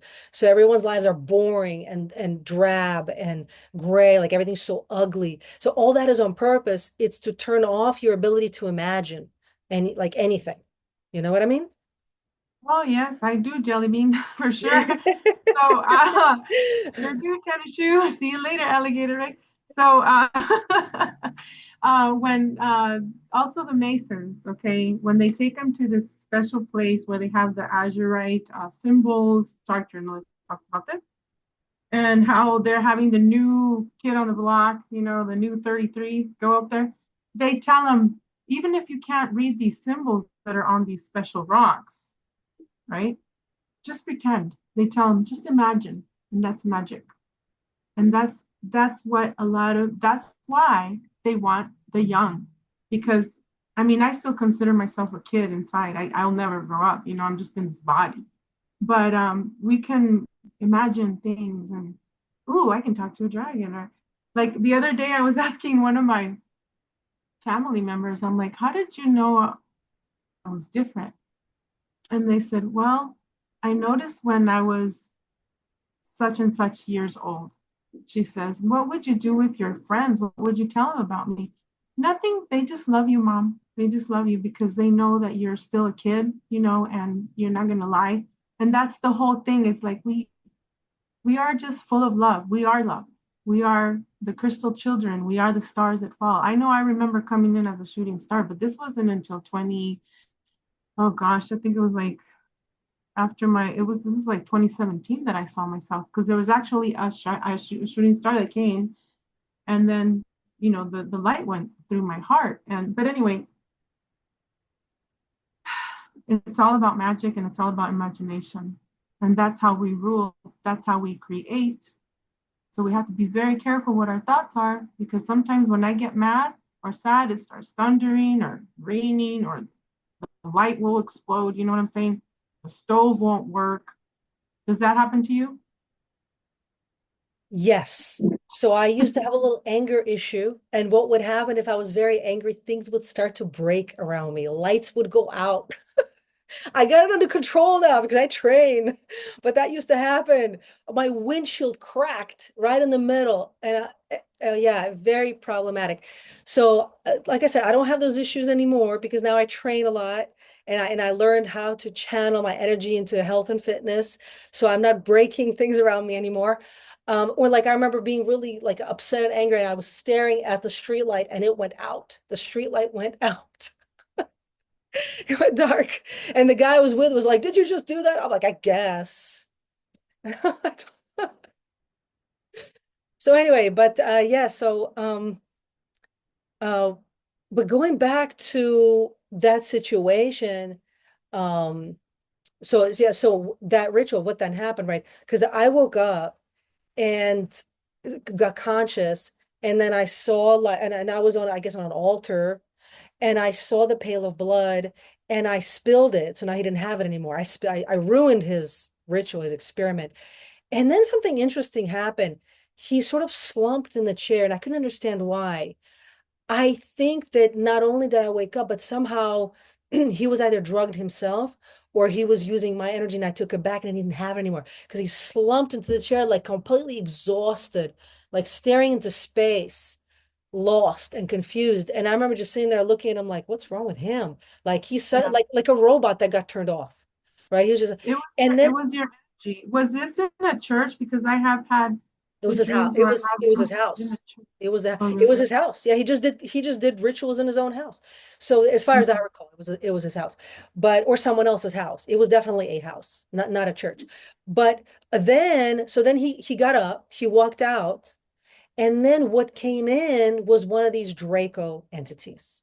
I remember very clearly, like the Draco face, walking kind of slow, but it didn't have long arms. It wasn't one of these, like they have different casts. This was not one of those big muscular ones.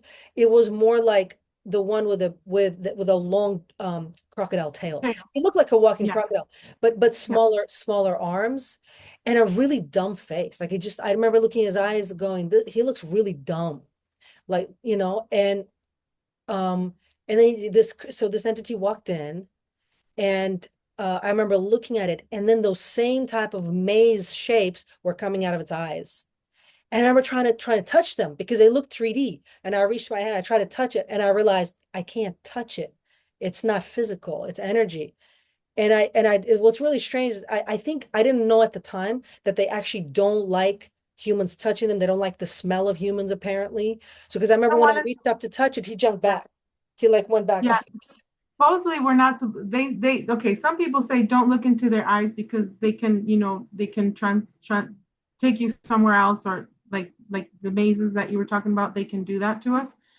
But I think once we get to know who we are and we know how powerful we are, we can actually not be taken over by them.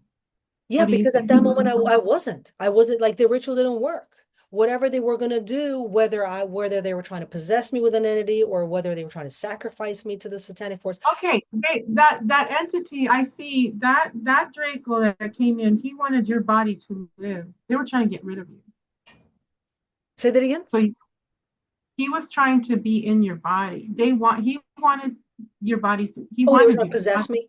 he wanted, yes. So your uncle worked for this dragon, and what I saw is that this dragon was pissed, mad, because he couldn't possess you. He couldn't get in you and That live sounds through right. you. That sounds right. That's, They were good. They were gonna, take out some soul part so they can yeah. squeeze in this entity, and it failed. And I don't recall seeing it. Then it walked out. So the whole thing failed. I don't know if they attempted it later again. I don't believe so. They did other things. Like I remember being strangled. They broke my neck, actually. It healed. I believe it was Mm. extraterrestrials who healed me because I got no medical attention for it. I got no medical attention, and I was strangled more than once. Um, but my neck was definitely broken one time. But I think that was my graduation. That was already me graduating from that program and then moving on. Because NAZIs, they love to break necks. That's what they do. And so but I think that was more for him. That was my graduation. That was the release for him to release me, so then I was transferred into the secret space program to serve and do jobs for them. I find that very interesting. That same um, ritual that you had, I have in a memory where I'm going up a hill and it's a church and it's way up, and I walk in and it's like going still uphill, going up, and it's red carpet, red carpet. Then I descend and there's a priest there and another guy next to him. And so they use me to exorcise demons or whatever the heck in this ritual. But then they placed me on top of a table, and some were drinking the blood. And I'm like, I woke up and I had to, when you said that, it was crazy. Like, not only were they using me to perform to exercise whatever, but then they had me on this. Yeah, they really want our energy. They want to be able to see how we see. They can't. These dragon wannabe people, they can't. Beings, they don't have that. They can project things, but they can't be like us, and that's what they want. They want to possess us so that we can actually enjoy. You know what they want. They just want to keep. Right. Well, for some reason, I don't know if it's how they evolved or what happened to them, but it's been said before. But then when I tune into these events, that's what I feel is they're addicted to the sexual energy. They call it orgone or kundalini. So Mhm. but they want it only in a certain form. Like you Right. can't love them out of their evil. Like that's not a form that works. They're not interested in that. They want it in a different form, like the very raw form. Well, how do you get the raw form? You have to break the person open. So that's what they're addicted to. But how that addiction developed, I don't know that history. I'd like to find out. But apparently they've been like that for already a very long time. Like everywhere they Yeah, go, that's what they yeah. do. They rape and And they pillage. want they want to eat our organs, and they want to eat them while you're still alive. They get the most, orgasm out of that, Yeah. and that's how they can go interdimensionally.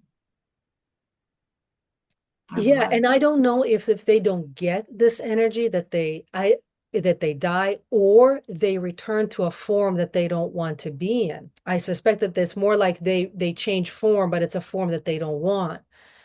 Um, but I'd have to I like there's research on it, but I'd have to dig into it to see what is actually real versus just theories.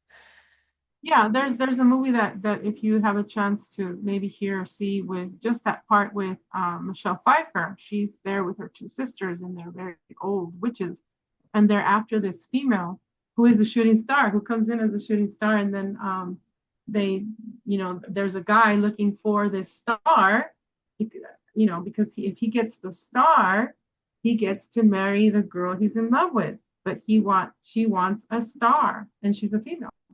So what they want to do is they want to sacrifice her and drink her essence, and then they still have a little bit of a star left, and so only Michelle Pfeiffer gets to drink it or whatever, or ingest it or whatever they do in their aura, and then she becomes very young again. So the whole movie is the quest to get the star, to get What's the the movie energy. called? It's called Star something. Let me look it up. Michelle Pfeiffer. You keep talking, I'll look it up. Oh, well, I just wanted to explain a little bit because I know people who've been doing this research, they probably know, but beginners are not going to know how all this is connected. So, in the programs, they figured out a long time ago through the Roman Inquisition and through the NAZI tortures and through the Ashashin assassin cults, they figured out that if you torture a person early enough with sexual trauma and psychological trauma, and drugs, certain specific drugs and altered states, what you not only do you break them open, but you break them and what then forms instead of a whole psyche is this honeycomb psyche with many, many compartments. And then what they do is they take those individual compartments and they assign them programming or jobs and stardust, right? Okay. They assign them jobs. And people might say, well, how do they do that? Timelines. And that's been known for a long time too. Like the minds and the shamans, they're called timeline warriors. They know how to operate and move through timelines. So these are like the dark sorcerers. They figured out how to move through timelines to escape karma or to escape whatever their destiny, their fate, whatever that is for them. And they want the benefits of having a soul, but not the responsibilities of having a soul. So then what they do is they are able to assign. So they take these compartments and they assign, just like you were mentioning, they wanted to take the Draco and attach it to me. They take a demonic entity and assign it or fuse it with each of the compartments. And then that Draco takes that, as I understand it, that soul part and starts training it to do a particular job in those other timelines. And they then have a way to then merge these timelines for their own continuity, but not for the person here living this experience. For them, they're like confused and discombobulated. They don't understand what's going on because they have these different disparate parts of them doing different jobs for the timelines, but they control all the timelines. They don't have it confused. They have it. That's why they use AI, because AI can keep all that in order. And so that's why I can have, well, as I'm living my life here at the same time, people would have experiences on Sarah's doing security for a portal, and over here, piloting a craft, and over here being some sort of a diplomat, like all these different jobs. And that's why it's so confusing for like a normal person who relies on their continuity for their everyday life to start to piece it together. But once you understand the quantum nature of things, it becomes a lot easier to understand how all this works, that it's not happening one after the other, it's all happening at the same time Simultaneously, yeah. simultaneously, or within, like even if it's like three 13-year, programs, okay, within each, within that 13 years, there's a lot of jobs that a person can do within 13 years if you have like 100 altars, so that's a lot of, And that's so why they diagnose some of us with DID. right. And then, And they know when that personality's here. It's like, hey, and then I'm like, okay, well, where am I? Where am I working right now that she's here or he's here? exactly. It's But like, then look what they do if they diagnose you. Usually, what they did in the past, they would medicate you. But what is the purpose of the medication? To keep the separation. right. Because the medication of these individuals perpetuates the transhumanist agenda. That's Mhm. why I'm so against medicating. That's why I wouldn't even take Advil. That's why I never took anything. I never took any drugs, not recreational, not pharmaceutical, nothing. I'm still a purist. I still won't do it. Like I've tried peptides and all that because some people are like, well, then you're not a purist because you tried peptides. Oh, come on. Peptides are proteins. That's not steroids. People think it's steroids. It's not. Peptides are proteins. And you can take them orally too. But that's only when I was an atlas because I wanted to do MMA fighting. So that's Yeah. only like in the last year. When I was remembering all this stuff over the 20 years, I didn't do like ayahuasca, I did twice. Just like for general healing. I honestly didn't get too much out of it. I'll just be honest with you. Mhm. Ayahuasca didn't produce the result that I wanted. It didn't help me to have any special recall. Like, yeah, I saw the serpent, but it didn't really help me with my healing journey like I wanted. To be completely honest, the thing that helped me the most is meditating in my infrared sauna. I just sit in my infrared sauna and things come to me. Quiet, peace and quiet. Like, being left alone, that really Yeah. helps. Yeah. Not being bothered by nonsense and bullshit. So that really helps. Just, and I'm still like that. And I really encourage people to do that. Have a meditation practice. You don't need any substances. Some people are really dependent on it. And I just want to assure people you really don't absolutely need it. Yes, I know it really helps some people, but try without. You might do better, you know, and even pot. I don't even smoke that. Like I literally do nothing. I can say right now I'm all natural. Everything I do is natural.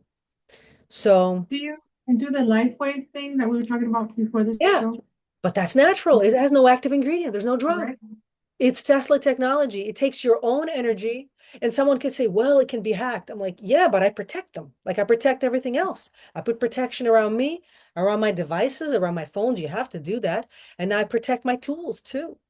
And you know, but it's not, someone can hack it, but if someone isn't hacking it, it is technically a natural technology. It's taking your own energy and sending it back to you through by using sacred geometry. It's got crystals, and so it's just turning it and basically making it more healing for you.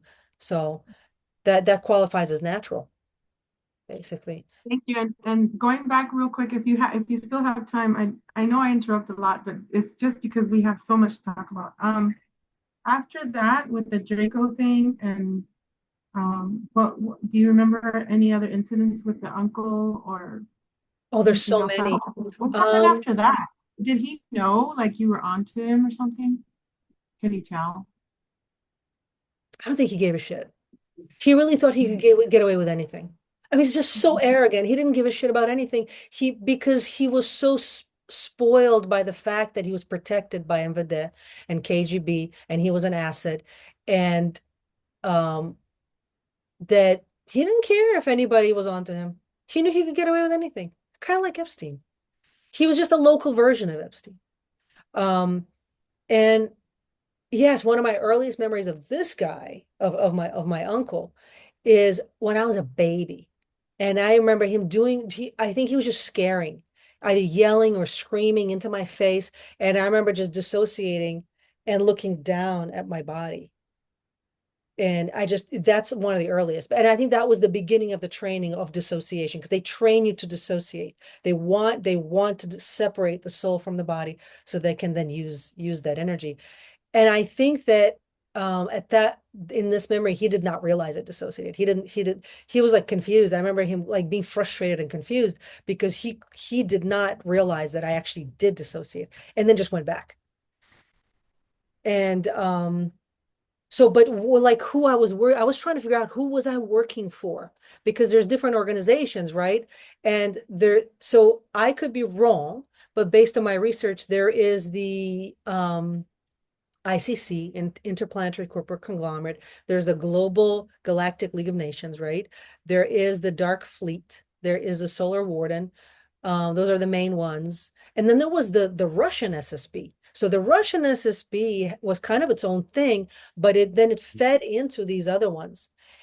I could be wrong, but my sense is that part of my training was to work in different groups to see where I fit. And eventually they put me into the Galactic League. I didn't know that was its name, but I could feel that it was international, because in those jobs, there were people from everywhere. They were not just Russian. I was in that too. Oh, really? In the ICC and also Solar Warden. Solar Warden, they had me and this guy named Joseph Carl back in the day. They had us paired because we could. He was so according to Jay Essex, we had a reading from him. He said that Joseph was mainly like a seer, but that I was like source, that I had all the abilities, and we were able to spy. So we were spying. Okay, so it made sense that I was used as a triple agent. A lot of us are used as triple agents, not just double. So I also serve with the Galactic of Five and the Nine.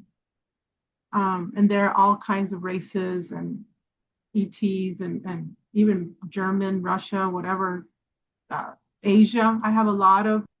I just woke up this morning, like I said yesterday morning, I traveled through that water well portal, and there was an Asian man with me. We ended up in Antarctica, and another man. And I turned my head and I saw Antarctic, one of the tallest Antarctic mountains there, with a bunch of penguins just acknowledging me. And I'm like, oh my gosh, I woke up and I really want to go back to that. What am I doing there? So I'm sure you were, I see that you were also part of Project Saturn. I know I was part of that. I did talk about that a little bit in the book, but it's mainly the rings of Saturn, even though there are some people that they say you can't live there. Well, yeah, there are structures on the rings of Saturn, but we can talk about that later, or I'll tell you when we have our talk. Let me ask before you the this. So you said you believe I was part, you feel I was part of Project Saturn? So Project Saturn. let me tell you a memory, and maybe this was part of it. I recall this was definitely institutional. This was not just an occult ritual. This was done in a facility, in like a medical type of facility, very clinical, being drowned many, many times over and over, being drowned and dying, and then being brought back, dying, being brought back, hundreds and hundreds Oh, of times. And I wonder if that that was it. Yeah, that there, I was part of that too, but I think that to me is part of you were part of the Dolphin program, and then the Project Saturn, which is, to me, the way that I can describe it is they wanted to see how powerful we were and how many times we could be brought back if we would remember what our missions. They wanted us to forget. They tortured us also to get the orgone energy, but it's part of not just Black Widow project, but it's part of the assassin monarch programs that Yes, that I remember that. The Monarch yeah, Assassin for sure. yeah, and it's part of Kruger, okay, because I'm part of Kruger. I think it's unit 314 or 3 something. And the Kruger program is also, I don't know if you've had dreams, but I have metal, like a metal left hand. I have weapons coming out of me. That's part of the Kruger program. Monarch Assassin, for sure, you're one of us, assassin. I always call myself a ghost, and you were probably a ghost at one point, but they don't want to give me my army benefits because they want to keep me as a ghost. They say that they don't have my shot records from 1991. They say they only have shot records from 1976. I'm like, what? I have my DD-214. What are you talking about? So yes, those drowning, and I also have electrocuting thing. And also, we were also drowned to see if we can breathe underwater, because we are highly telepathic with the dolphins and the black whales, and all the living. I'm seeing it right now as I'm speaking. And you were probably part of the dolphin program. I don't know if I was one of the ones that trained you. We'll find out.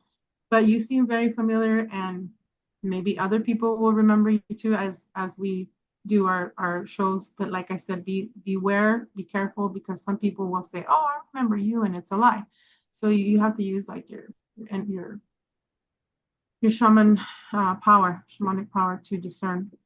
But yes, that's the electrocuting, the drowning, that is part of the mainly assassin program, and some could be part of the dolphin program. The assassin for sure. I remember, and I do remember it was more like a light. I didn't see it as metal. I saw it as a liquid light, but it could have been a type of liquid metal on my right hand. But then it got stolen. But then I got another one. Oh, cool. Because I have a left one. So you're okay. You're part of my team. I think you're part of my team called the Silver Surfer. I wrote about it in the 3rd book. So Silver Surfer program, we are like liquid metal. We can also go into being like that. I'm glad you said that. Like, for example, Terminator, okay? Yes. I like that. We can do that. We can meld, metal. We can. Yeah, that's part of the shape-shifting. That's why they want the indigenous, the shamanic type of cultures, because it's already part of their normal culture to shapeshift energy. That's why they don't want adults, because you can't suddenly train an adult who's been watching stupid TV shows about becoming liquid metal. But kids have imagination. You just tell them something. They're already doing it. They're like being it. That's why they want the kids. People like us, though, we can still do that. And even if we're not in our kid self form, but we still can, because that's what we know. That's what we're born with. That's what we knew before we were born. So I'm pretty sure if I want to go into an eagle's eye, I can do that. and, go and look like around the Catalina Mountains. If I want to be, I don't know, whatever, I can do that. And I'm sure you can do that too. What I always tell people is, most of the time I tell them, if you want to go underwater before you go to sleep, if you want to get some of your memories, you can pretend you're going to the ocean and then go down the stairs. Oh, wow, there's the ocean. And you keep going down and you dive yourself in. You can grab a friend or whatever kind of species you want, maybe an eagle or a friend, and then you dive all together. You go down deep, deep underwater, and then you see your mermaid, your mer friends. Sometimes there's a bar there that you're drinking juice or whatever you want to do. Sometimes you're just swimming together. You're finding treasures. Do you see that? You can. When you were doing all that, I just remembered a client that I had who who worked in the Coast Guard, and I think I suddenly remembered him from what you mentioned, the dolphin program. I did not remember it until you mentioned it, but then I remembered my client, and we had a shamanic connection, and he was always wearing a shirt with dolphins. He's like, I love dolphins, and then it's like oh, I think we were in the dolphin program together. I just suddenly remembered, I got like goosebumps. yeah, like we were swimming next to each other as two dolphins, but it was just a flash. And I Yes, maybe that's that's how you get them. Like, yeah, maybe that's why he was attracted to working with me to help him with the stuff, because maybe we were in the program together. He for sure was part of some program for sure, but I don't think he can remember it like that. I think he just feels. Some people don't have exact memories; they just feel, and but you can tell that they're different. You know, so. Another thing I wanted to tell people is when they first remember stuff, because in these programs, you have experiences, but then you also have training. And the training, we were talking about it a little bit earlier before, some of the training is meant to be just like an experience. It's like Inception. They wipe your memory, put you into the experience. You don't know you're being trained. It's part of a test, it's part of an experience. You think it's real life. So sometimes when people remember that, they think, and then they're told, no, that wasn't real, and it confuses them, like, no, that was real, but that was a test, that was a virtual reality you were put into. It doesn't mean it didn't happen. It doesn't mean it's not important, because like people, like for some reason, like they right away throw in their trash, oh, if it was just a virtual reality. No, but that was, wait a minute, you were still part of a program on like somewhere you weren't supposed to be. Like, wait a minute, like that's a crime still occurred. Just because it was a virtual reality does not mean a crime didn't occur. Hello, you weren't supposed to be doing any of that. yeah, okay. That brings me to a point in religion, okay? Because I was born Catholic and then Christian. Now I don't do religion, but it's interesting how they say the commandments, right? Mhm. If you think with your thoughts that you had sex with your neighbor, you did it. You committed a crime. So there you go. I'm just gonna get water. I'll be right back. Okay, sounds good.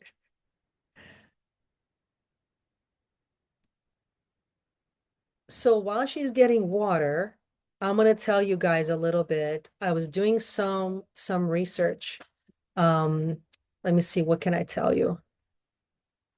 Okay, so med beds, the med bed technologies. I always wondered, like they keep talking about them, but they're not rolling them out. So what is going on with that? Why are we being promised this stuff for like, I don't know, over a decade at least, and it's not being rolled out? So interestingly, if you look at the Zorro Ranch situation with Epstein declassifications, and this is in the actual Epstein files. Just go and look. This is the DOJ, the government disclosing this. I guess someone forced them to do it. I'm sure they didn't want to disclose it, but they disclosed it. So I mentioned earlier how Epstein's people, whoever they were, his companies, including Maxwell, Gilead, they were training AI. And they were, so this connects directly to the SSB. I'm just going to read to you this research that I found. The term level 4 archives, and FBI files. As, the level 4, often associated in SSP circles with high clearance archives, is being used by researchers to describe a specific section of the 3 million investigative documents released by the Department of Justice in early 2026. The frequency patterns. Within these documents, there are references to experimental biometric harmonization and torsion field therapy. These are essentially what the community calls medbed technology. So they were working on developing medbed technology, but they were training this technology on torture and snuff movies. So are they really going to be healing us or embedding trauma further in to our bodies? So you got to be really careful with these wearables. This is why I'm not wearing any wearables. I don't trust it. The goal, the files suggest that Epstein wasn't just interested in impregnating the human race, as he's said in his emails that that's what he wanted to do. And as was reported by New York Times in 2019, he was looking into transhumanist survival. This involved proprietary research into reversing cellular aging and using sound and magnetic frequencies. So I don't know how much of that you heard, but I was saying that those med beds they're going to roll out, Epstein's team and these black sun worshiping satanic cults had a lot to do with training AI on like 14 terabytes of torture and snuff movies. And now they're going to connect these med beds to that AI to give us healing and therapy. Like, do you see a I little don't want problem? that. I don't want the med beds. I'm good. I'm good.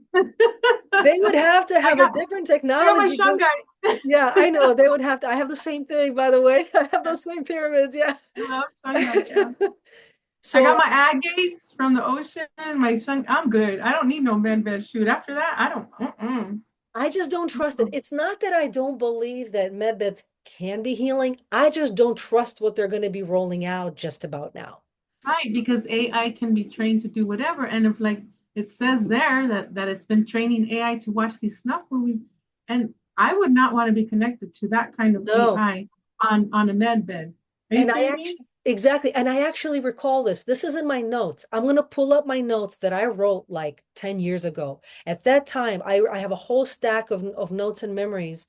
And the only person I showed them to was my Kung Fu teacher at the time, because he was a tough guy and I knew he could handle it. Because prior to that, every time I tried to tell people my story, they would get scared, shit their pants, and run away, and it was useless. Exactly. So I'm like, I'm gonna find the toughest guy I know. I'm gonna show him what like my experience, and he said this is terrifying.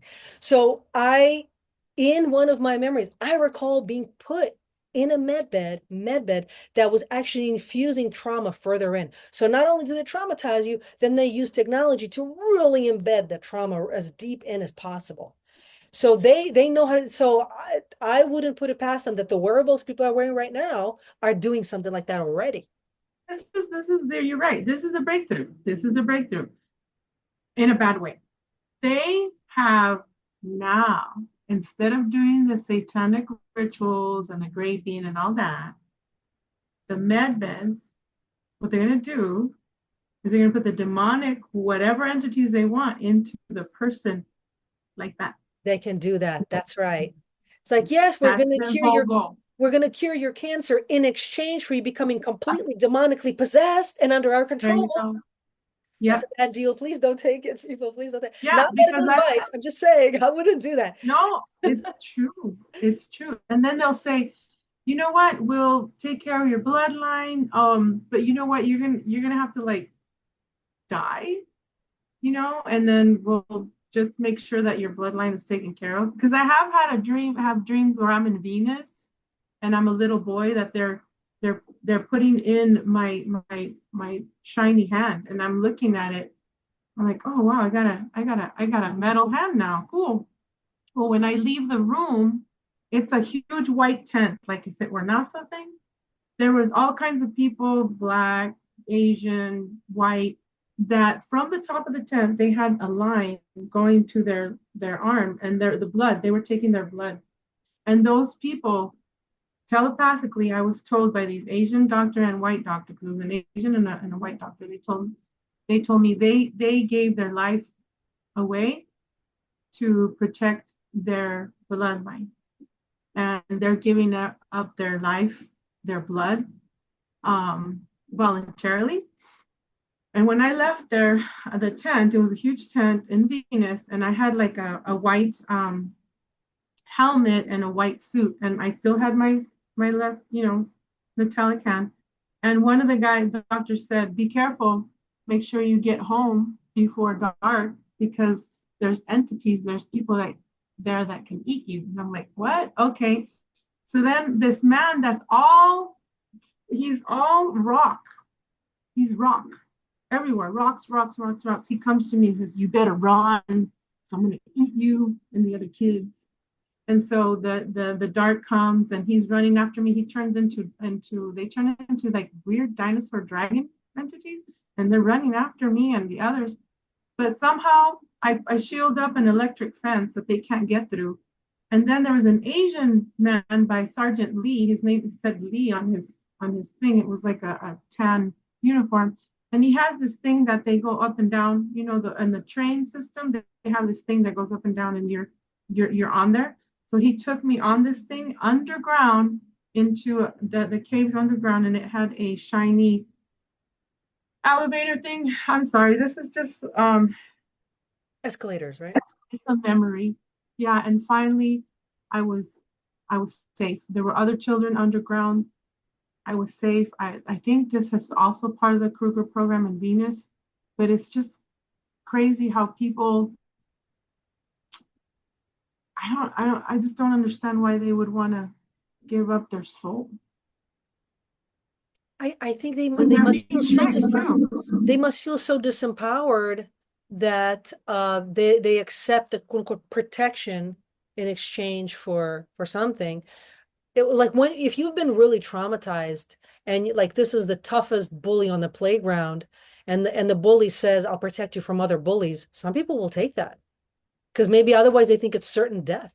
At least I'll get to survive. And that actually has happened too. I recall this is also about 7 or 8 years ago when I was really breaking out and finding freedom from the relationship with my ex. I remember having what it was like a dream, but it wasn't really a dream. It was some person from the SSB who was basically saying like, "Oh, we'll protect you. Come back, I will protect you." And I'm like, "Yeah, no, thanks. I'm good. I'll protect myself. Thanks a lot."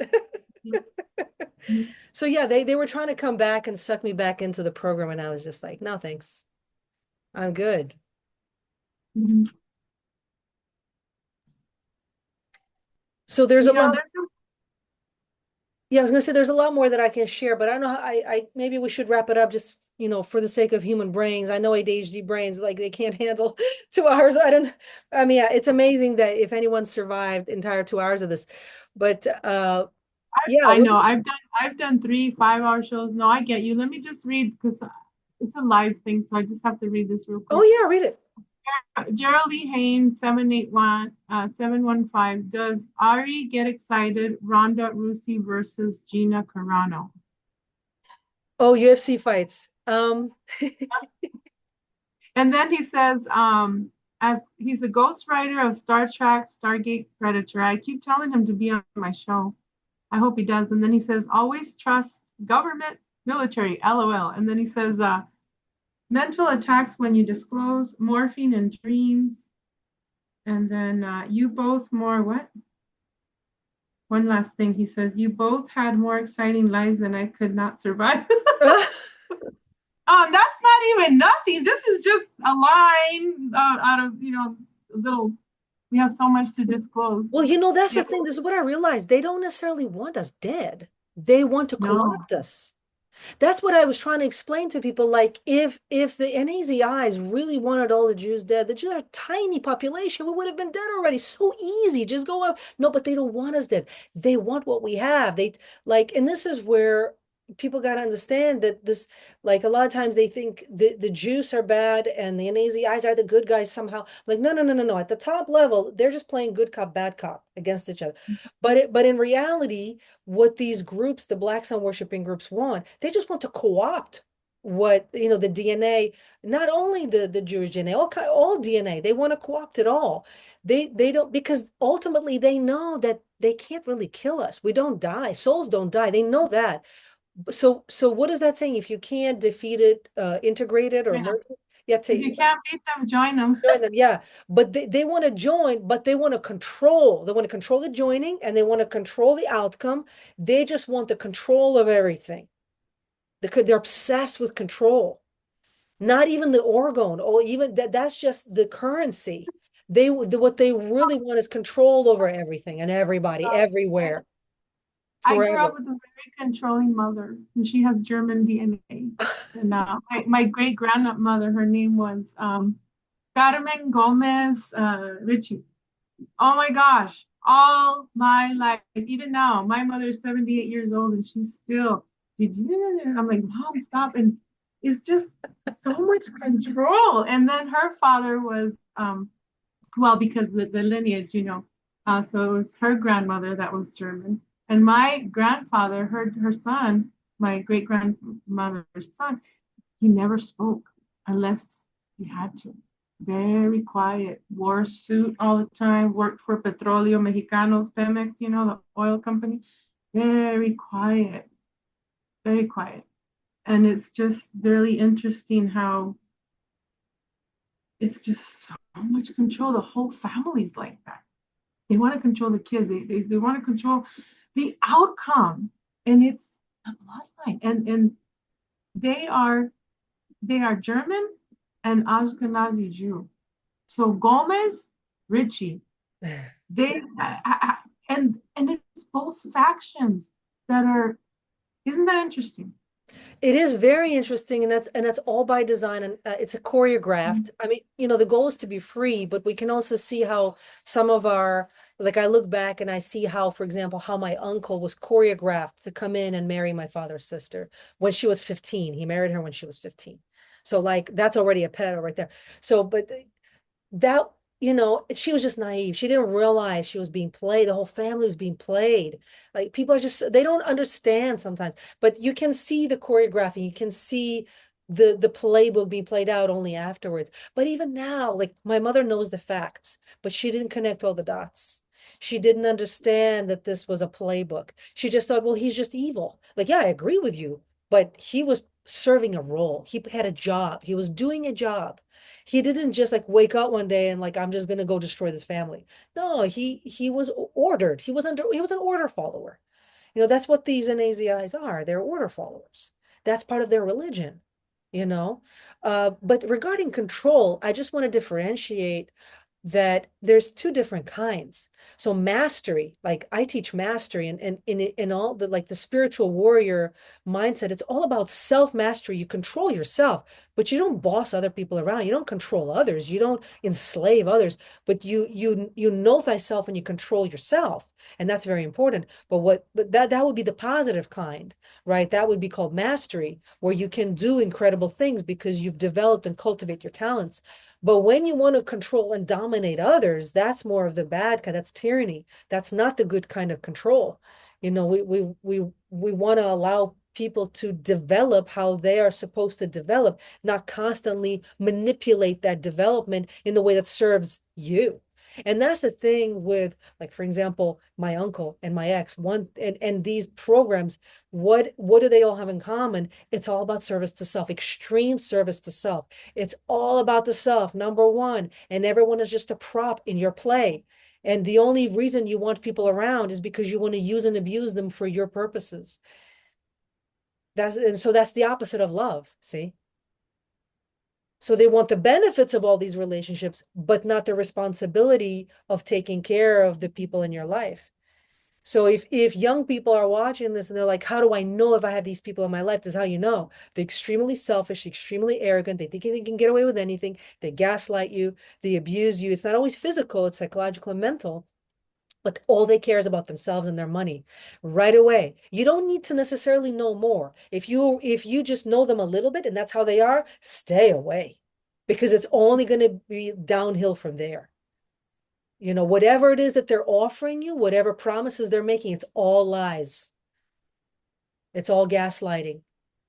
They promise all kinds of things, but once they have your commitment or your involvement, then they show that your real, their real colors, and by then it might be too late. So, yeah, like you and I are doing this. I do a lot of podcasts too, and I put a lot of information out. We don't get paid. We're doing it because, well, ultimately we love healing, we love the humankind. We're doing this for the benefit of other people. Certainly not ourselves. We don't really, other than the satisfaction of sharing, we don't really get anything out of it. So these people, they would never do anything like this.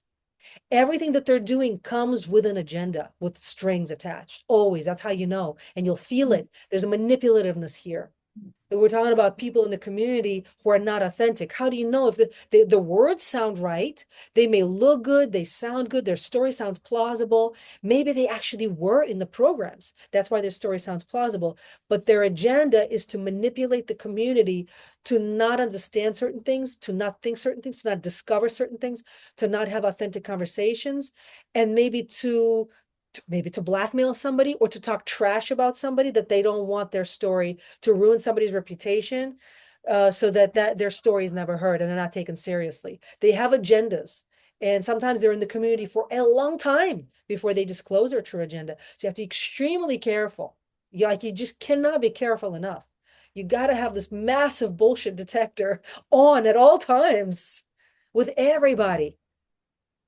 And another thing I'll mention is sometimes you'll be friends with somebody or even married to somebody, they can get replaced. Their soul can be taken and someone else can come in. So if you haven't seen somebody for a while and they text you out of the blue, be careful. That may not be them. They may, like, during the 10 years you didn't talk to them, they could have been replaced, cloned. That can be a psyop. It can be just another person pretending to be them, because you can do all that now.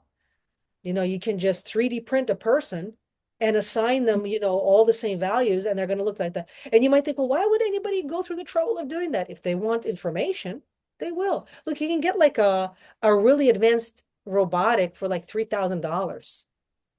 So if you're a really valuable asset to them for some reason, well, yeah, they'll spend $3,000 to create a fake persona so they can, like pretend to be your friend to infiltrate your life. That's nothing to them. They do that all the time. So you just got to be really careful, It's so true. I'm always warning certain family members, and this in particular, he says, oh no, but he's my friend and he's been through a lot too. And I'm like, I see certain things that you don't see. I said, he's not your friend. And then I see this particular friend looking exactly like my family member, growing the hair, growing the beard, whatever. It's very obvious. It's kind of like the movie Single White Female, but very slow, like in little drops. And that's how they work. That way you're not like, whoa, what are you doing? Right? You're not suspect of the person. And that's how they do it, drop by drop. So we have to be very careful. Listen to what they're saying, really, in between the lines, their actions. And you're right, they're very good at their game. I realized, I was thinking about this last night, and we'll talk about it the next time, but I realized how my ex was infiltrated with a woman. She was the one that planned the whole thing. She was a master manipulator. Very interesting. Very Still interesting you say that, because my ex had a third wheel as well. Actually, several of them. And I think one of them was a certain type of handler, and the other one choreographed certain things too. And yeah, all of that was choreographed. It's a complicated, that's the thing. And someone who doesn't understand all this SSP stuff, they might say, well, relationships are just like that. They're just messy. They're complicated. Men are just cheat. They're just like that. It's like, no, wait a minute. You got to look at the bigger picture. That's a very shallow viewpoint, that saying, oh, well, relationships are just like that. You know what I mean? Exactly, exactly. They're very, wow. They, in all areas, in all factions. Like I was just thinking about that. That's one of the reasons why I couldn't sleep after they did the whole thing with the hearing thing. It's like, oh my gosh, why didn't I see it back then? You know, they stole everything from me. They still have my stainless steel refrigerator and my stainless steel huge, you know, because I love to cook, my stove. They have my curio cabinet. They have my artwork that I, purchased. I'm like, why would they want my stuff? Right? She was jealous of me and she wanted him no matter what. He took out $100,000 policy. They wanted me dead. They changed my name when I was in the hospital. But we'll talk about that the next show. Um, can you send me the link of your grandfather, like the documentary, if you don't mind? Which one? The documentary that they made out of your uncle or your grandfather? Oh, it's in Russian. I don't think they ever translated it. I'll have to dig it out. My mother saw it. I think I saw parts of it. It was years ago. I don't even know if it's online anymore. I'll have to find it. But it I hope it's online, because that documentary unfortunately just focuses only on the 3D facts of his how he was getting people in his life drug addicted on heroin. His sister and his wife, and they were acting like demonically possessed after that. Those people clearly didn't know all the occult stuff he was doing, all the PDF stuff he was doing. They just only knew pieces. Like, and I'm over here. They probably don't even know my story. Like, this is the first time I'm actually even sharing it. So yeah, that's the first time I'm sharing these details publicly, because I shared them only privately before. And then I got derailed by a certain person who was claiming, oh, I wanted just to help you to heal. And that's why I want to derail you for 10 years so you can't heal.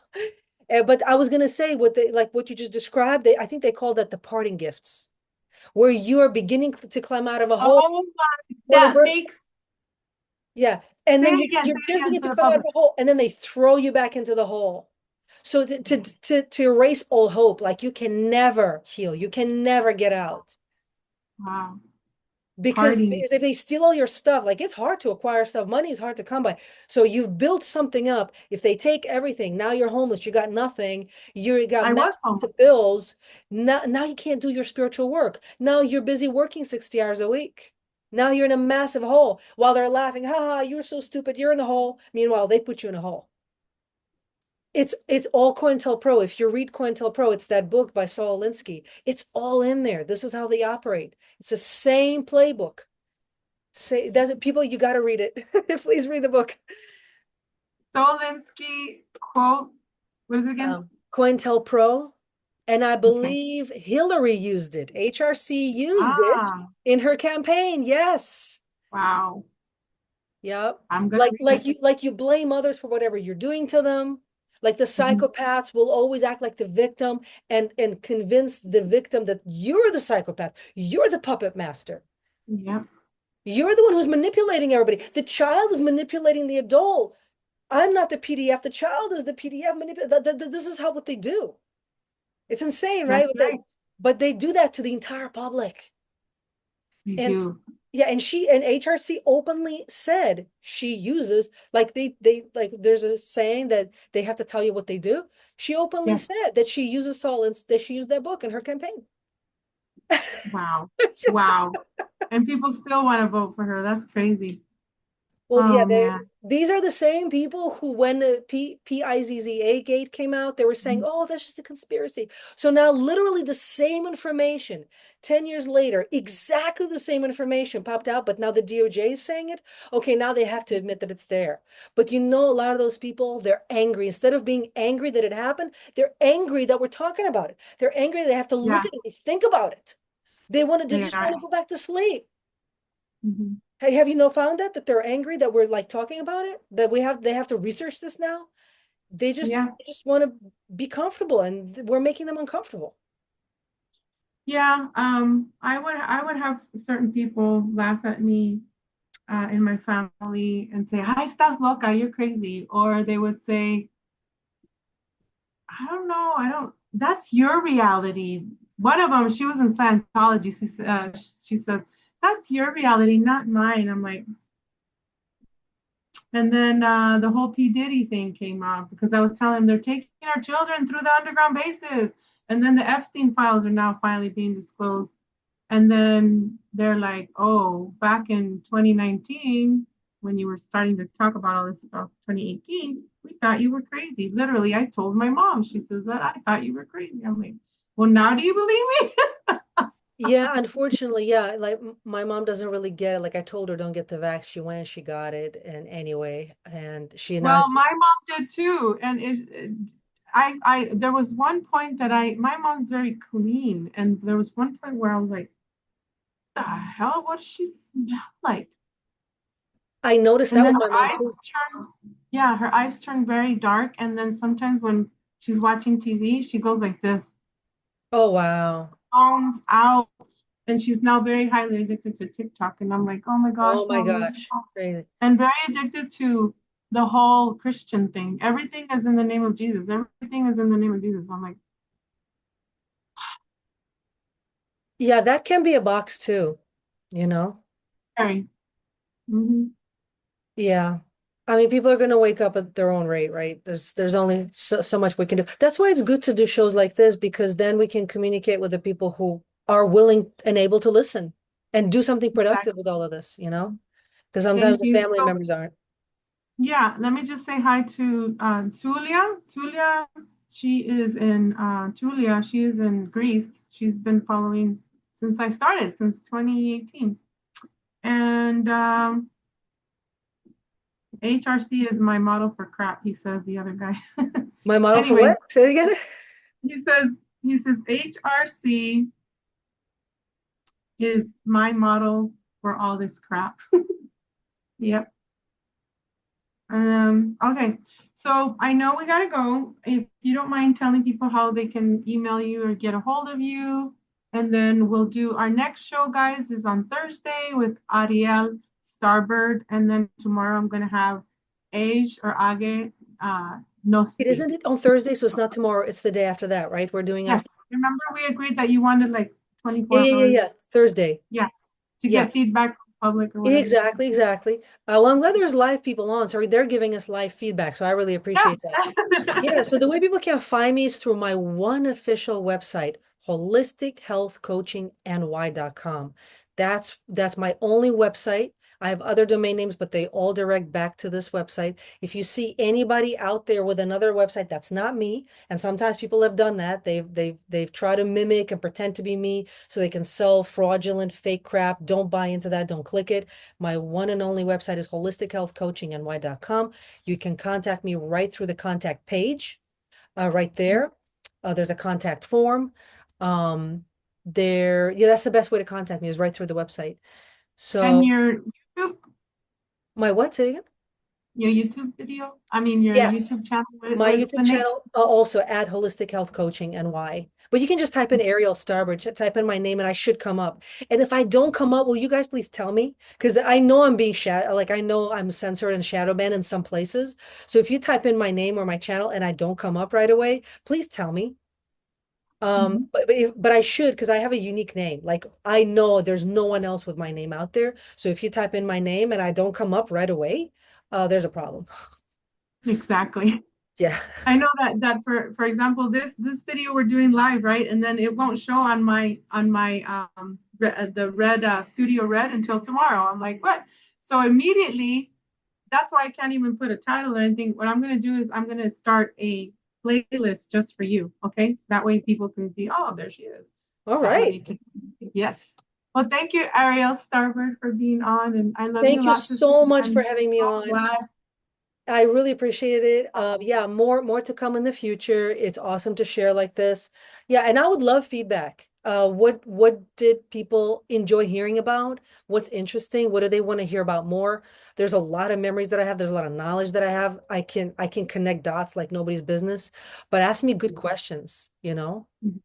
Yeah. Definitely. But thank you, Ariel. Thanks for being on Codebreaker Real Talk. I'm Veronica Bartolini, and have a great day. Bye. Thank you.